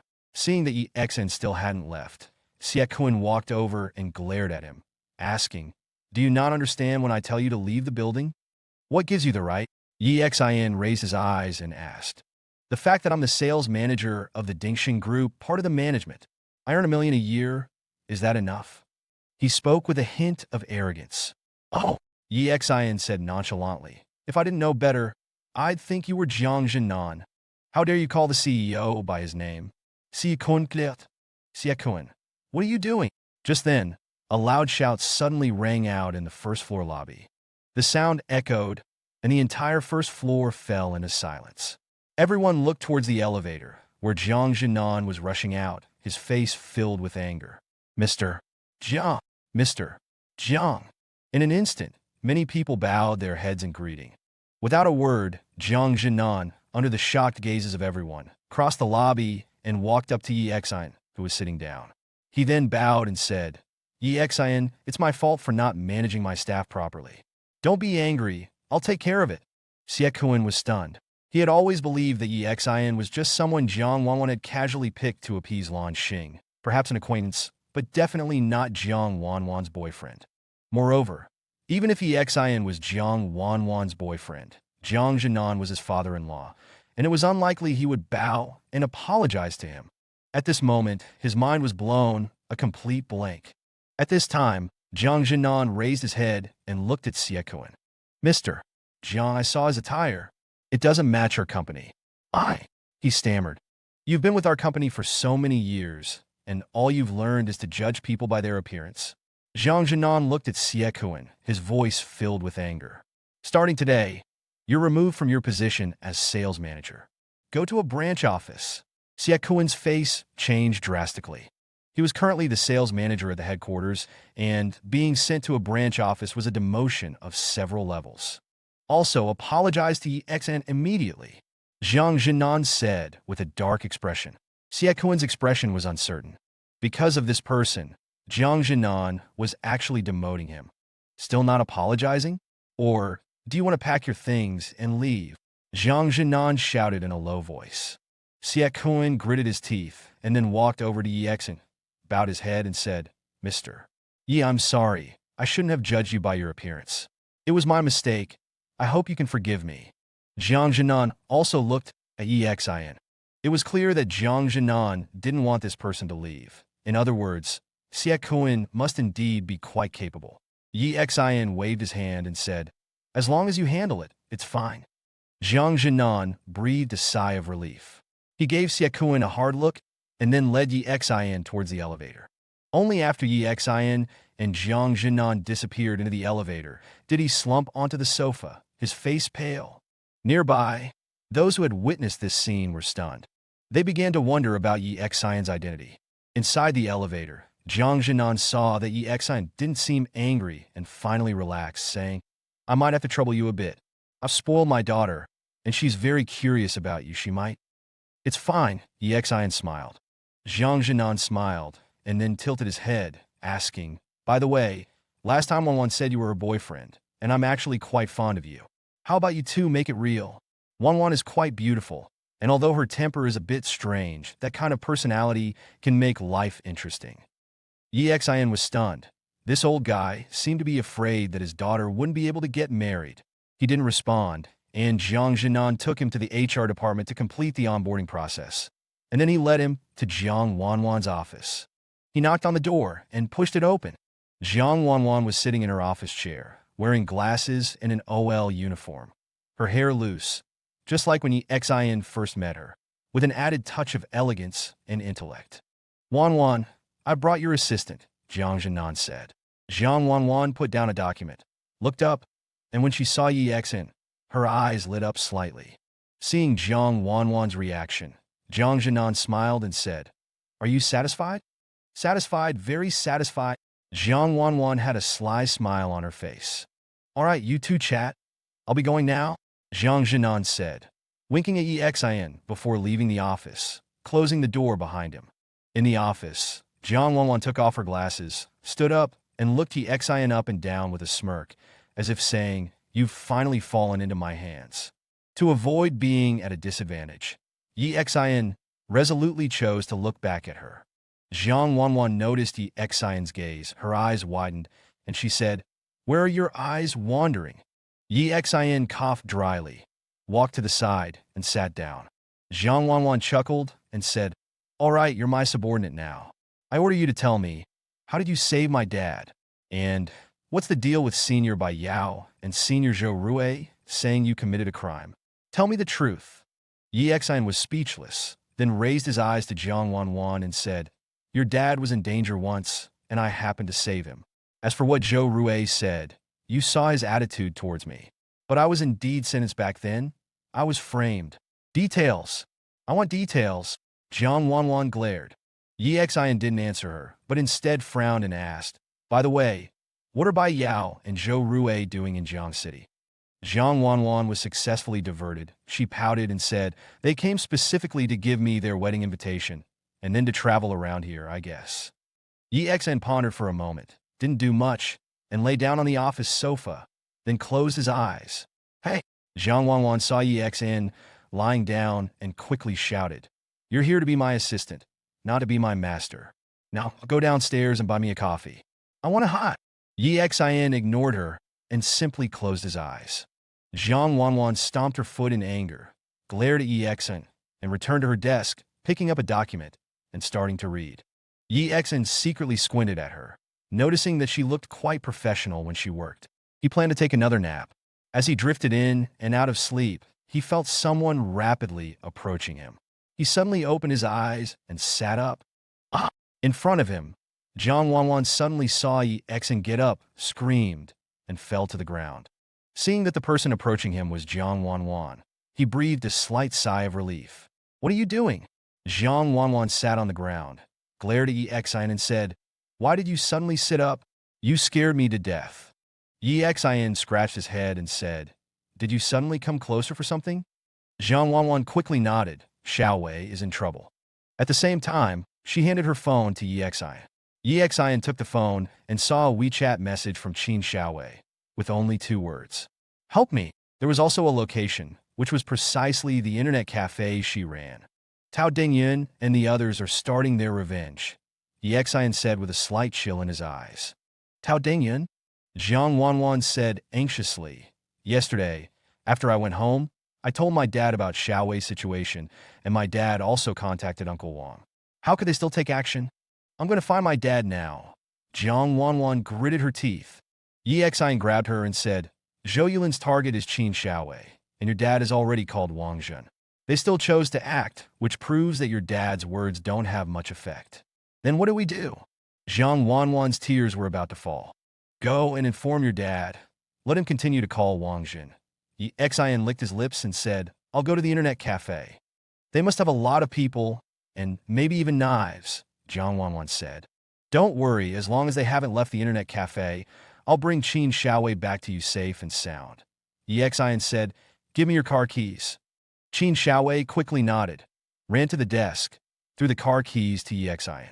Yi Xin turned to her and instructed, "By the way, no matter what, don't leave here." Jiang Wanwan nodded and quickly ran away. Yi Xin rushed downstairs and drove straight to the internet cafe. 10 minutes later, at the entrance of the internet cafe, a temporarily closed sign hung above the internet cafe. 2 people stood at the entrance, leaning against the wall, looking very nonchalant. Seeing this, Yi Xin breathed a slight sigh of relief. People were still guarding the entrance, which meant that Qin Xiaowei probably hadn't left. He got out of the car and quickly approached the internet cafe. As soon as he walked in, the 2 people at the entrance raised their hands and said, "Hey, buddy, can't you see the sign? Temporarily closed. Go to another place." Yi Xin raised his eyebrows, and then his arms suddenly lifted. Almost instantly, the 2 felt something hit the back of their necks. Then, they slumped to the ground. From beginning to end, they didn't even see how Yi Xin made his move. And Yi Xin directly entered the stairwell at the entrance. The internet cafe was located upstairs on the 2nd floor. As soon as he reached the corner of the 1st floor, he heard a voice from inside. "Did sending a message to Jiang Wanwan work? I told you. Jiang Zhennan can't handle this. Now, call Yi Xin immediately and tell him to come over." The voice belonged to Tao Dingyun. He gritted his teeth and said, "This bastard slapped me, and I even knelt down for him before. Today, if I don't kill him, I'll write my name backward. I don't have his phone number." Qin Xiaowei's voice also came down. Yi Xin breathed a slight sigh of relief. Tao Dingyun frowned, then looked to the side and said, "Uncle Lin, there's a room in the back. How about you take her in there first? After you're done, can I have a go, too?" "No rush," Zhou Yulin said lightly. "I said, I will make that kid kneel before me and let him watch with his own eyes." Thump, thump, thump. Hearing this, Yi Xin didn't hesitate and walked directly up the stairs. In the internet cafe, there were at least 30 or 40 people. Unlike the last time, there were more people this time, and most of them had weapons. Control knives, steel pipes, baseball bats. The moment Yi Xin appeared at the entrance, everyone turned their attention to him. "Yi Xin, what are you doing here?" Not far away, Qin Xiaowei was tied to a chair, bound in a rather artistic way. When she saw Yi Xin, she shouted, "Go!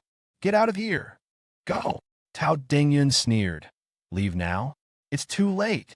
While they were talking, several people quickly surrounded the stairwell.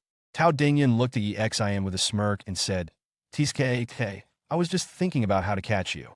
Now it's good. You delivered yourself to my door." Yi Xin rubbed his nose and looked inside. In front of the bar counter, at a table, two people were sitting, the only two people sitting. One of them was Zhou Yulin, and the other was a middle-aged man with a frown. Obviously, this person should be Wang Jin. Beside him, a phone kept vibrating. Yi Xin walked towards them and saw the name Jiang Zhennan flashing on the screen. "Your phone is ringing," Yi Xin reminded him. Hearing Yi Xin's words, Wang Jun was slightly stunned. He didn't expect Yi Xin to be so calm under these circumstances. He looked at Yi Xin and said, "Old Jiang can't handle this. I'm not answering the phone. I don't want him to get involved. It's for his own good. You shouldn't have. You absolutely shouldn't have provoked Brother Lin. Is he very powerful?"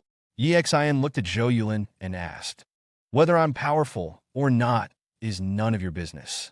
In short, it's not something a small character like Jiang Zhennan can afford to offend." Saying this, he stood up with a smile and said, "Weren't you quite arrogant with me last time?" Qin Xiaowei gritted her teeth and said, let him go, and I'll sleep with you." Yi Xin looked at Qin Xiaowei in surprise, thinking to himself, "This girl is quite loyal. He delivered himself to our door, and he wants to leave?" Zhou Yulin sneered, "Later, when we're having fun, he'll be watching from the side. Just thinking about it is a little exciting." Tao Dingyun licked his lips and said, "Uncle Lin, can I beat this bastard up first?" Wang Jun looked at the calm Yi Xin, frowned but didn't speak. Zhou Yulin nodded and said, "Sure, just don't kill him. I still need him to watch the live broadcast later." Tao Dingyun licked his lips and walked towards Yi Xin. But Yi Xin didn't move.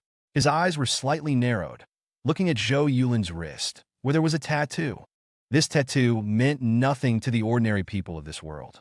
At first glance, it was just an ordinary tattoo. It wasn't large, shaped like a lotus flower, vivid and lifelike. Piercing through the center of the lotus was a tiny dagger, barely visible to the naked eye. But Yi Xin knew very well that this tattoo represented the mysterious organization Red Lotus. This infamous underground world assassin organization controlled many of the world's rich and powerful. This time, Red Lotus had come to Jiang City to target Jiang Zhennan, but they were extremely secretive. The Night Watch had only received a tip-off and hadn't been able to track them down, instead losing 3 of their own. The only one left was killed by Yi Xin with a single slap. Yi Xin hadn't expected Zhou Yulin to be a member of Red Lotus. Wang Jun must have known something and therefore dared not provoke him. Indeed, Red Lotus was not someone Wang Jun or Jiang Zhennan could afford to offend. This organization was a gathering place for assassins, and for these top-tier killers, dealing with an ordinary person was simply too easy. Moreover, Red Lotus also controlled many wealthy businessmen, who, when united, formed a formidable economic force.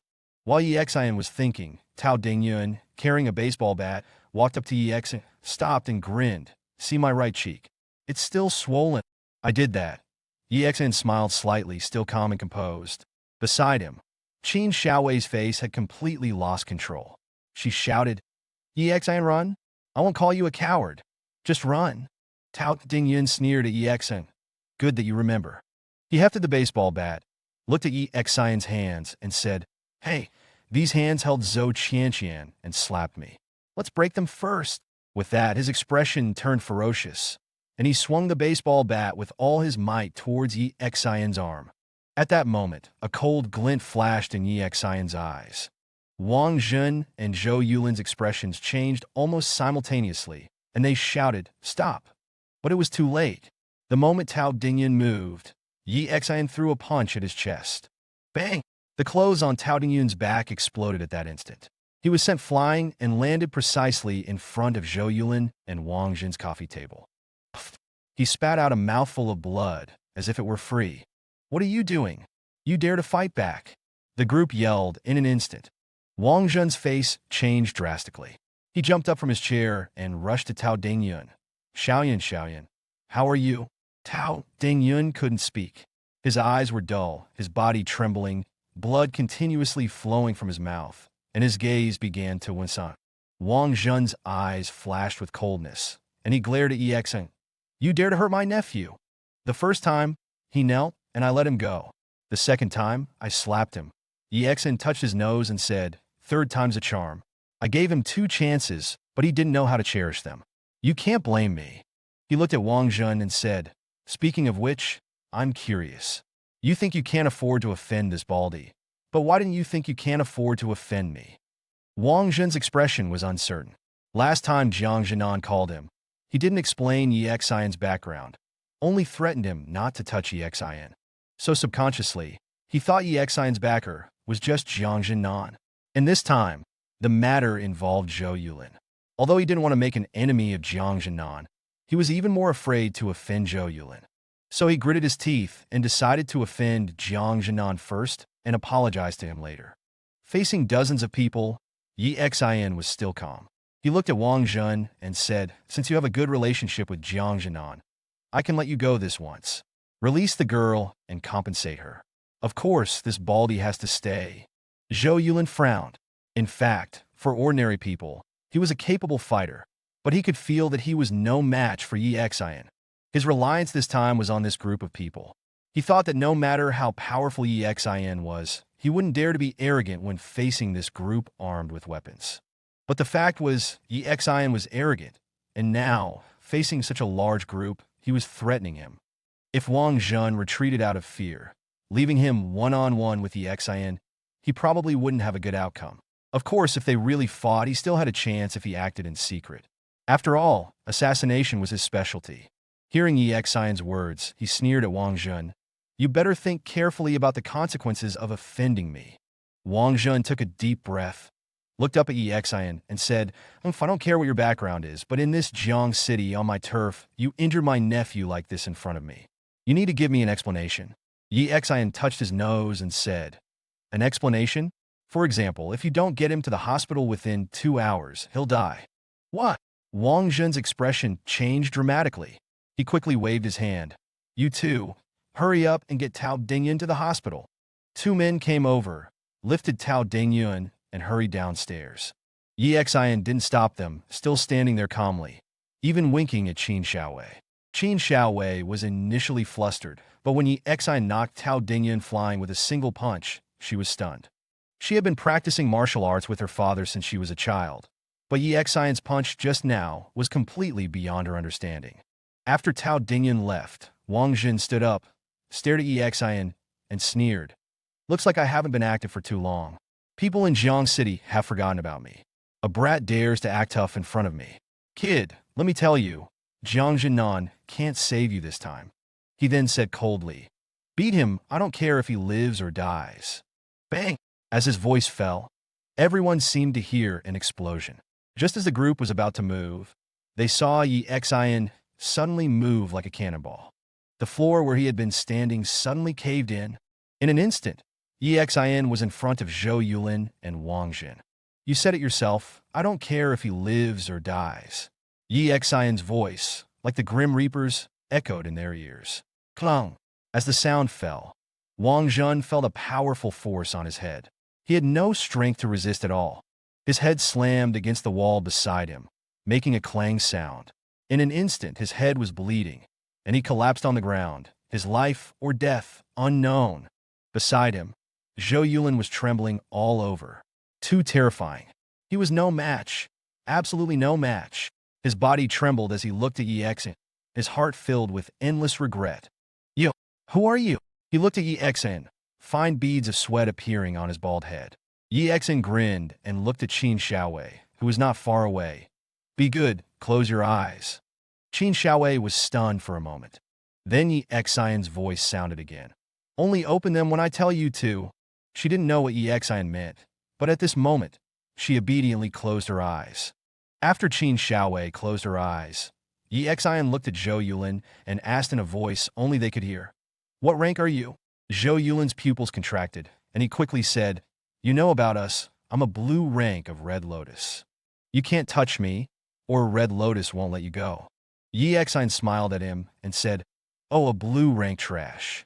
Didn't you ask who I am? When you get to the underworld, ask a red rank trash named Yi Sun, He knows who I am. Young master, you're. His face changed drastically, but it was too late. Yi Xian made his move. His hand swept across Zhou Yulin's waist, pulling out a shiny dagger. In the next instant, the dagger flashed, slitting Zhou Yulin's throat.